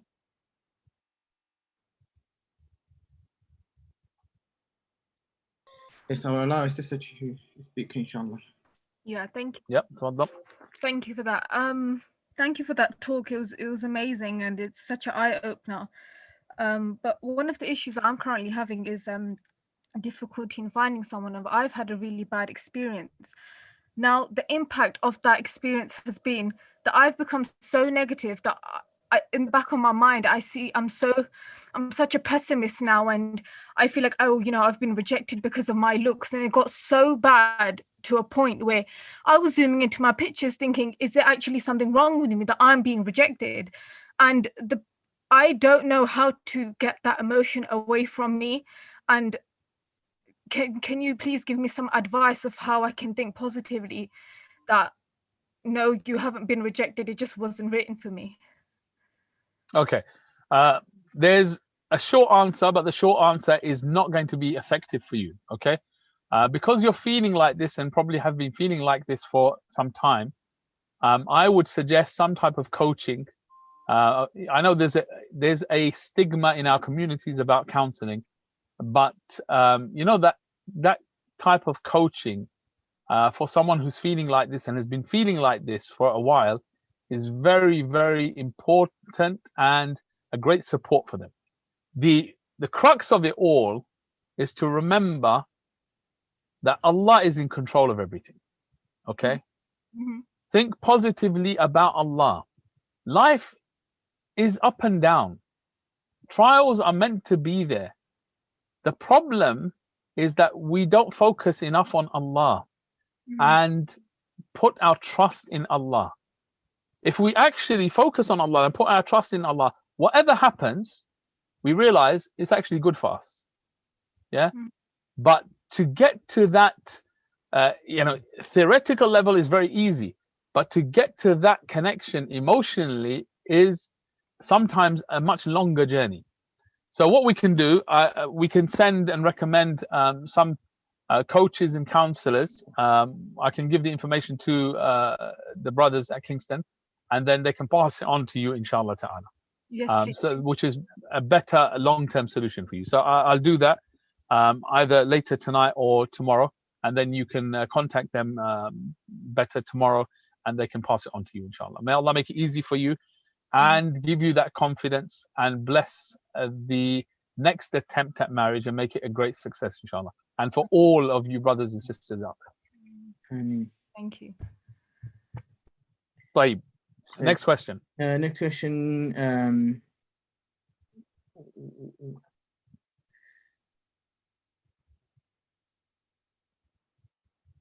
Okay.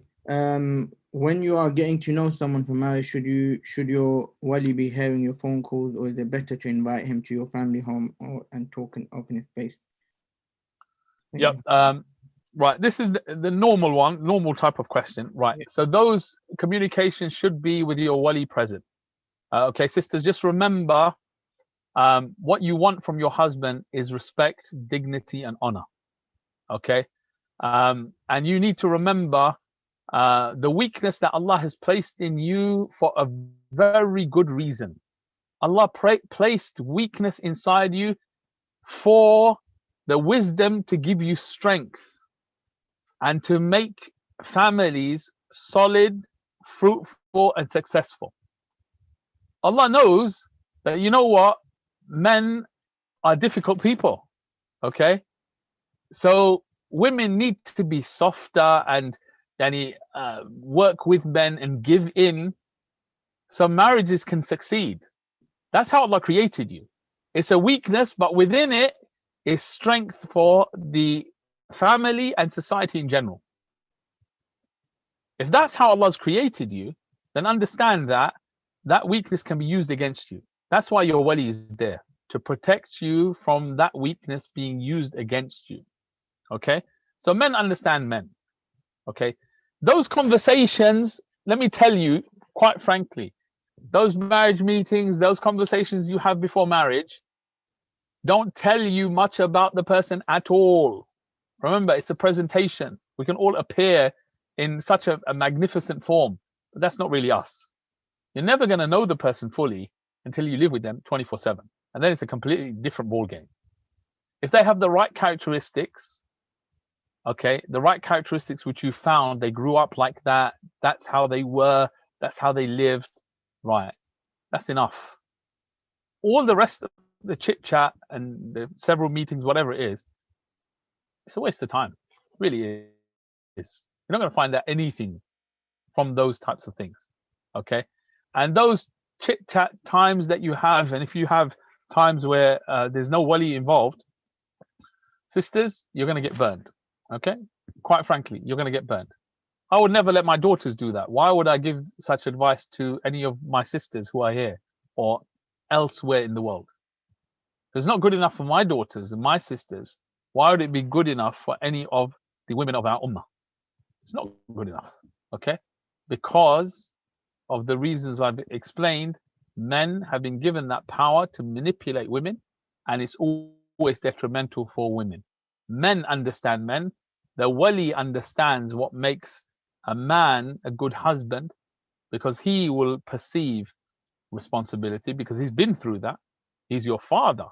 He knows what it takes to make a marriage work and to be responsible and be caring and kind in those difficult moments. He can judge a man. A man can judge a man, and a woman can judge a woman. طيب. We move on to the next one. Yes, inshallah. Sheikh, one question is, what are some specific questions that you would advise asking to during the marriage process? Any kind of specific go-to question? And all you're looking for, there's no specific questions. Look for, in the marriage meeting, all you're looking for is two things. Marriage meetings, you know, as young people, you put so much emphasis into them, but really they don't deserve that. A marriage meeting is to see, am I attracted to that person? Do they look nice such that my desires are stirred? Okay, I feel attracted, physically attracted to them, because that's a core part of marriage. And secondly, am I able to talk to them? Do they have a personality where we can communicate, where we can talk? That's it. That's all you're going to get out of marriage meetings. As for the rest, it goes on behind the scenes, those investigations and finding out the character and all that. Those are private discussions where men need to sit with men and get to know them, and in different settings, etc. And women need to sit with women in different settings and different environments to see what they really like. Looking to the background of the family, how the person grew up, what they were like, their hobbies, what they were, what they are, their friends, who they are, how they are, etc. That's the hard work.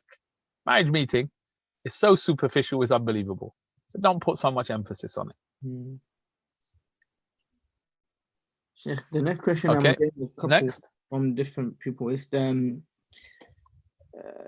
sisters usually saying that we're okay being second to parents, but what if either the family or the husband lowers the sister's honor or doesn't welcome them by the husband obeying their parents, which are essentially that the parents are maybe asking their husband to what do you call it? Yeah, okay. We know these situations. Yeah, we deal with them all the time. Okay, unfortunately. Now, the common factor in all of these is that, unfortunately, wives, when they go into a household, they don't spend the right, they don't exert the effort that is required to build that relationship well between them and the in-laws. And at the same time, the in-laws have the wrong expectations as well. So to mitigate those problems, when you go into a situation like that, work on the relationship, okay, which requires effort, time, money, do things for them, be at their service, do these things to build a strong relationship. And at the same time, have and communicate expectations and get your husband to deal with his family and their expectations rather than trying to do that yourself. So if you use these two tactics, inshallah, you'll have the best outcome from your husband and from your in-laws. And even if it goes sour and it's not working out, your husband will understand that you're doing everything that you can possibly do, and the parents are falling short perhaps, and then he will see the great effort that you're going to and will look for a solution in managing the problem. And remember, this problem in this side of things is a problem, but in other sides, if you have children in that situation, there are still pros to it because you have help. You have certain carers and things that you can do that others don't have access to, and support that you have and they don't have. So there's always pros and cons to every situation. And this problem is a problem that doesn't go away, has to be managed, and you always have to put effort in, okay? So go into it with a mindset of getting ready to build relationship, build bridges, and never burn bridges, okay? If you do that, then Allah will help you. And that's all you need. Okay, if we move on to the next one. Yes, inshallah, just final 5 minutes, inshallah, we'll try to get as many questions. Just one similar question is, are we able to request certain thing from my potential, for example, if I can demand to see what packages on financial, or to see for a brother, to see the sister's hairs or different things, etc. As in, yeah. Okay, these are two separate things. So from both sides, actually, if we deal with it and in a generic way first, right? You can ask for things, okay? You can ask for things. It doesn't mean that the other person has to accept your request. Okay, that's up to them as well, isn't it? So it's a two-way thing. Now, when it comes to finances, etc., people are not really going to reveal, and it's not normal that they reveal everything about their finances, especially in the early stages. They may do it in the later stages, yeah? And likewise, seeing more than the face and hands in the beginning stages is not the norm. And seeing more than that is later on, maybe in the second meeting or the third meeting, if it's going well. Yeah, if all the investigations are positive and etc., and the families get on, maybe in the second or third meeting, that will be a possibility. Islamically, it is allowed. Yeah, it is allowed, but it needs to be done in the right way. Yeah, it needs to be done in the right way once things are moving forward. So if a brother does ask, you know what, everything's pretty positive. I just have this request that can I see you your hair without your khimar on or something like that. Islamic is allowed, but she has to be comfortable to do that. She may say, you know what, I'm not comfortable. And some prospectives, what they do is the wife's family takes a photo to the husband's family, and they do it by photo rather than in person, because the prospective wife is not comfortable in that situation. Where others say, you know what, I'm interested and I don't mind. It's not a problem, and they do that. And she may be wearing her normal house clothes, okay, which are not revealing in that sense, but normal kind of clothing rather than hijab. And there are allowances for that, because it's for the purpose of marriage and making the marriage happen. And then likewise with the issue of money and how much he's earning, etc., it might be shown in other ways than exact figures in the beginning. And then when things are moving forward and nearly done and sealed, they may say, yeah, you know what, the salary is actually this, and this is what I'm doing, and etc., etc.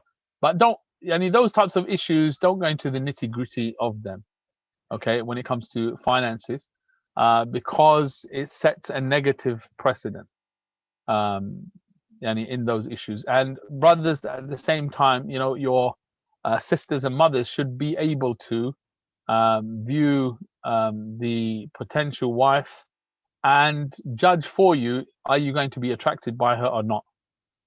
So that's a discussion you need to have with your women folk first and foremost, before getting into that situation. And then that is more of maybe a third meeting that you have between the families and yourselves, where you may ask for that if it's needed, and if you have some doubt about the ability of your women folk to judge that. Babe, if we move on to the next one. Inshallah, I'll try. Sheikh, can you see the questions on your side?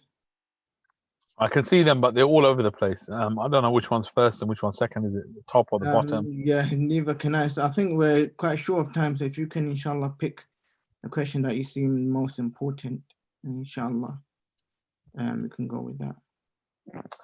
I want a question from one of the sisters now, and then from one of the brothers.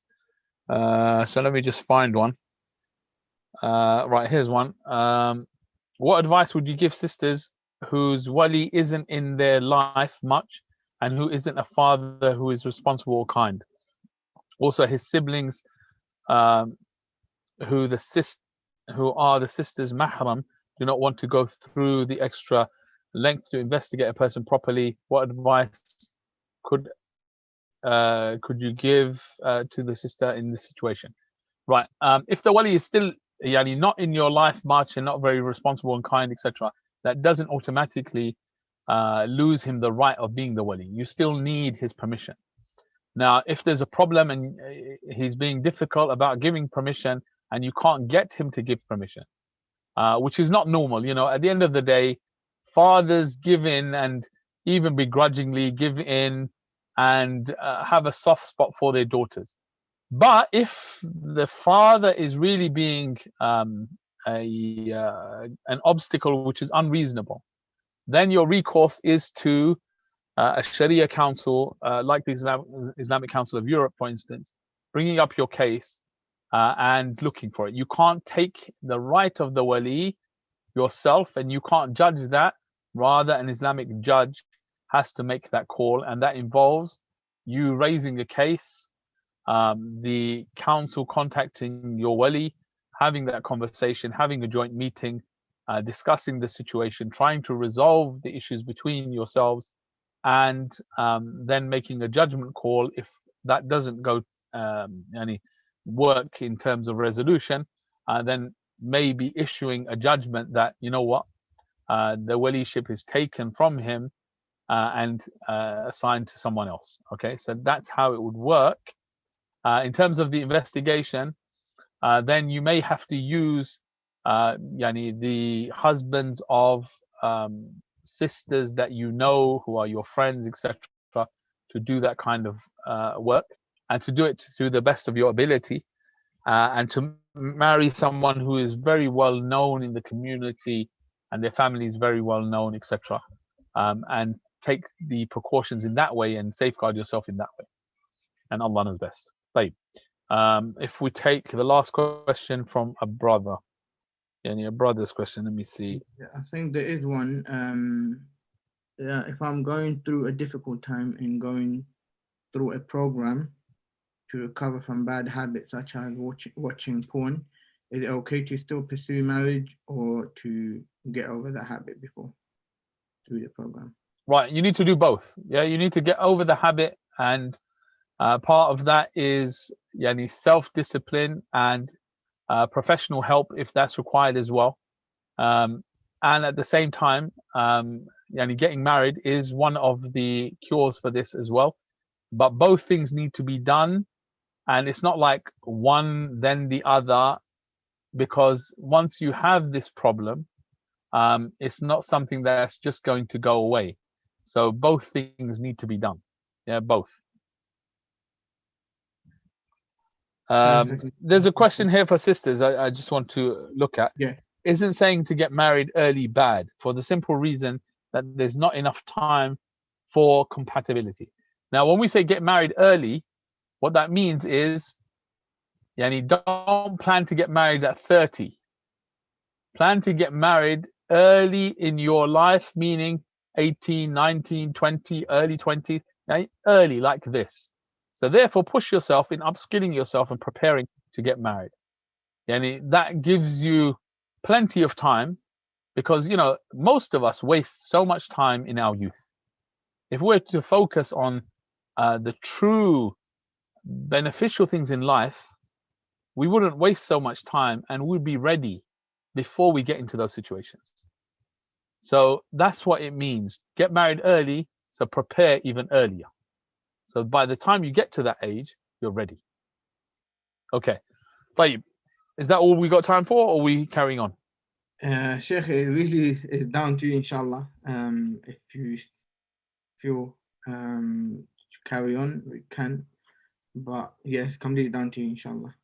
I think we've been around for a long time. Let me just have a look at the questions, if there's anything kind of new and really pressing that needs to be answered. I'm just going to have a quick look. Just bear with me for 1 minute. No.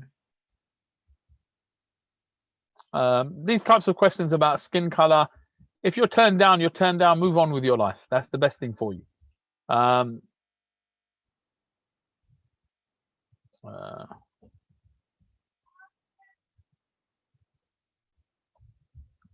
Okay, these types of chit chat via text message, etc. I've told you they don't actually present anyone in their real life, so it's a waste of time, and you're setting yourself up for haram. So just be careful on that type of stuff. If a sister's gotten a proposal from a brother who seems very compatible for her, but he's a divorcee, is this something she has a right to ask about? Yeah, of course, your wali should be asking about that. You know, what happened, etc. So yeah, once you've been through a situation in your life, be prepared to ask about it. So that's normal. Right, a person may have low self-esteem. You know what? If you get married to the right person, that issue will go away. They will fix it for you. Okay, so work on it. Work on your self-esteem, and the best way to work on that is to connect with Allah. And you may need coaching for that. So use those avenues.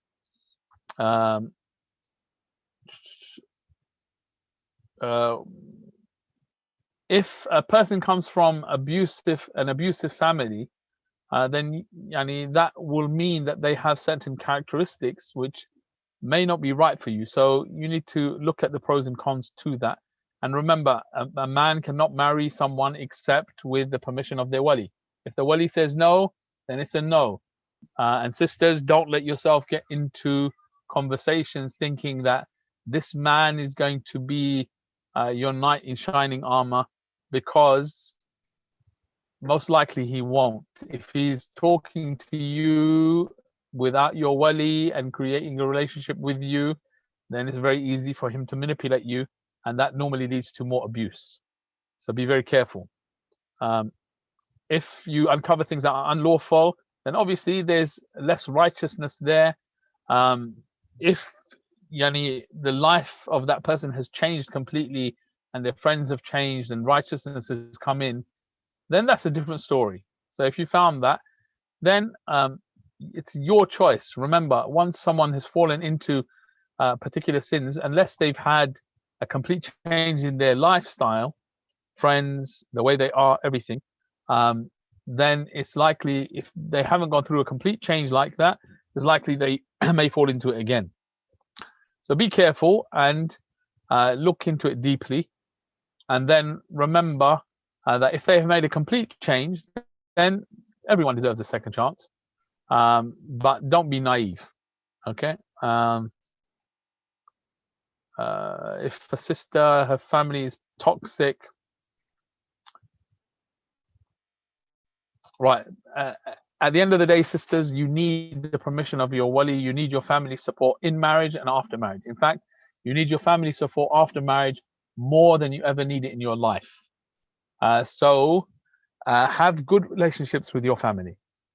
If you don't have good relationships with your family, then at least have an amicable relationship with your family, and use other people to get the information that you need and to help you to get married.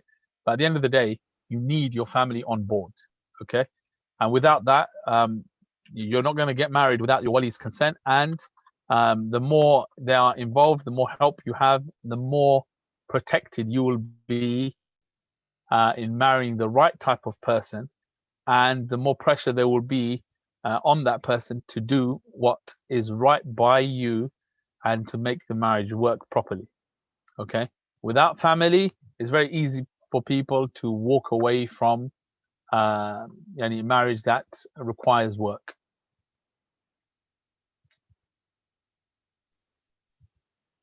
Okay, I've dealt with that one.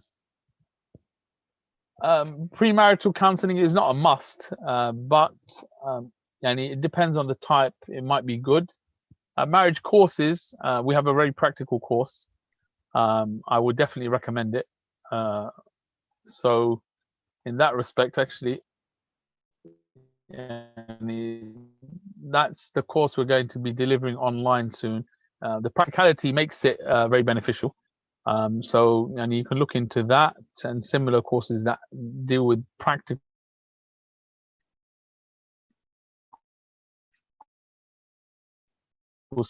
scenarios.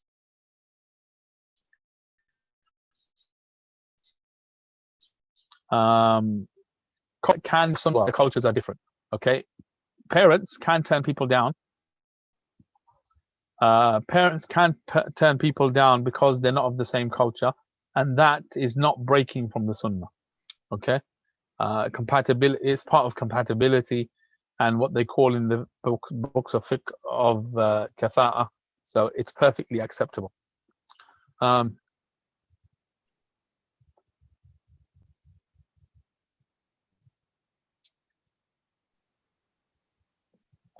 Right, so sisters, yani, don't send your pictures without you wearing hijab, etc., directly to brothers and put them in the hands of people who you're not certain about. Yeah.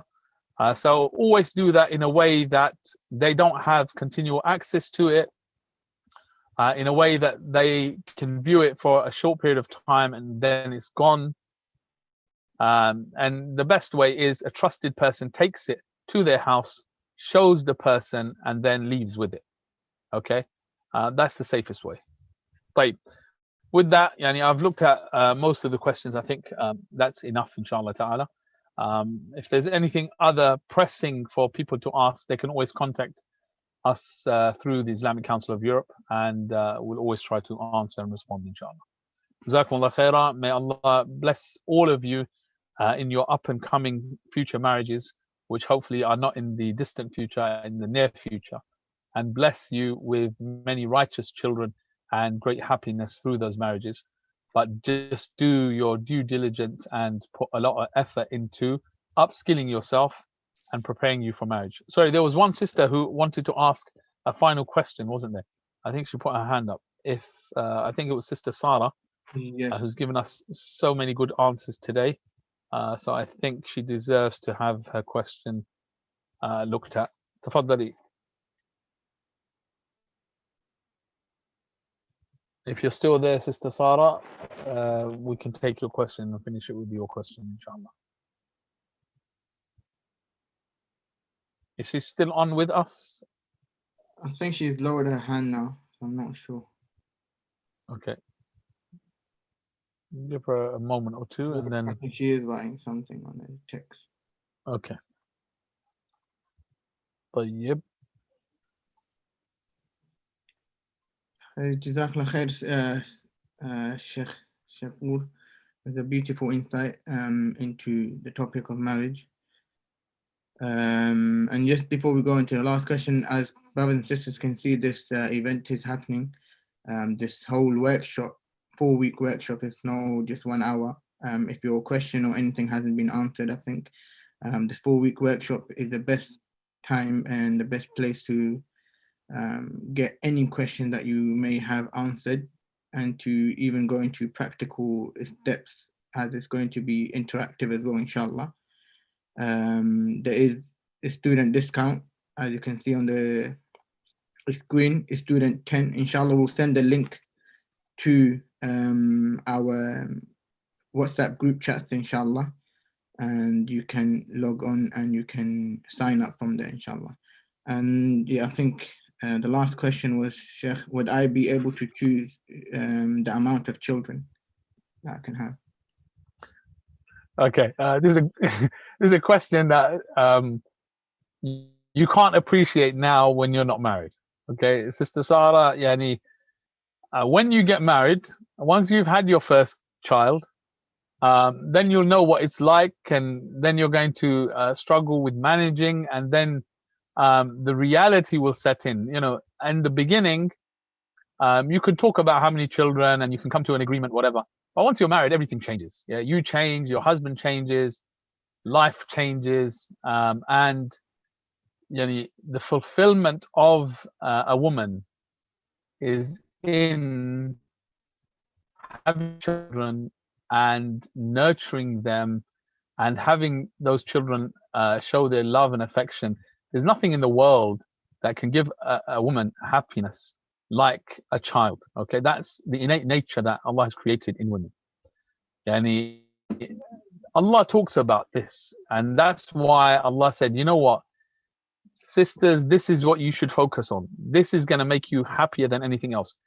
Yani, when Allah and His Messenger tell you that, it's because they understand you. It's not what society paints and the media paints for you. No, that's not who you are. That's not in line with your fitrah. So yeah, if you agree with your husband, any number of children, that's perfectly fine.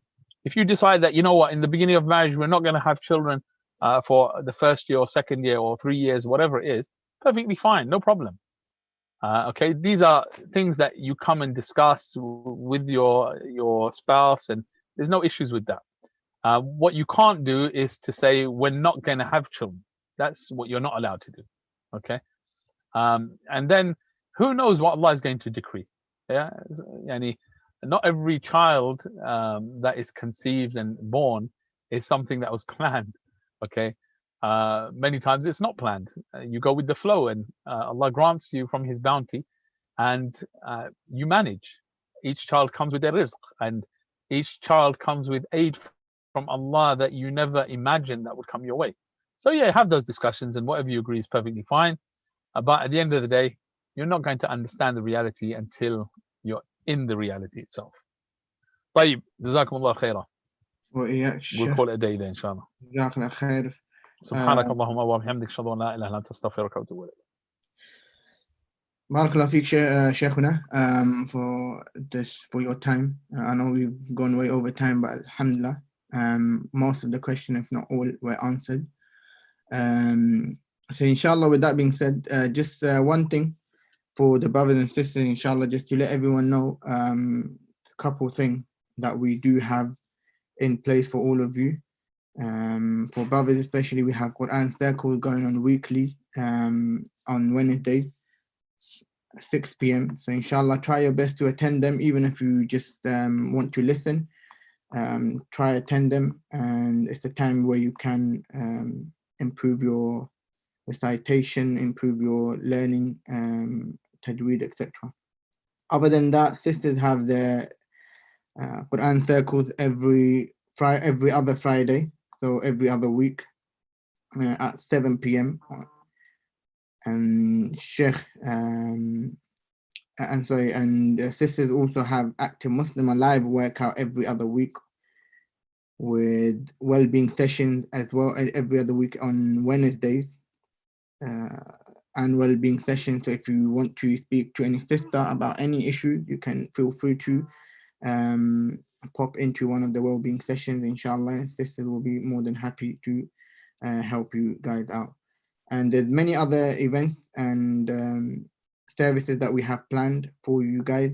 So inshallah, try keep an eye out on our social media, Instagram, Facebook, and Twitter, Kingston ISOC. So inshallah, you can stay up to date with all our events and activities, inshallah. With that being said, I would like to end it here. أقول قولي هذا واستغفر الله لي ولكم ولسائر المسلمين فاستغفروه إنه هو الغفور الرحيم. جزاك الله خيرا. السلام عليكم ورحمة الله وبركاته.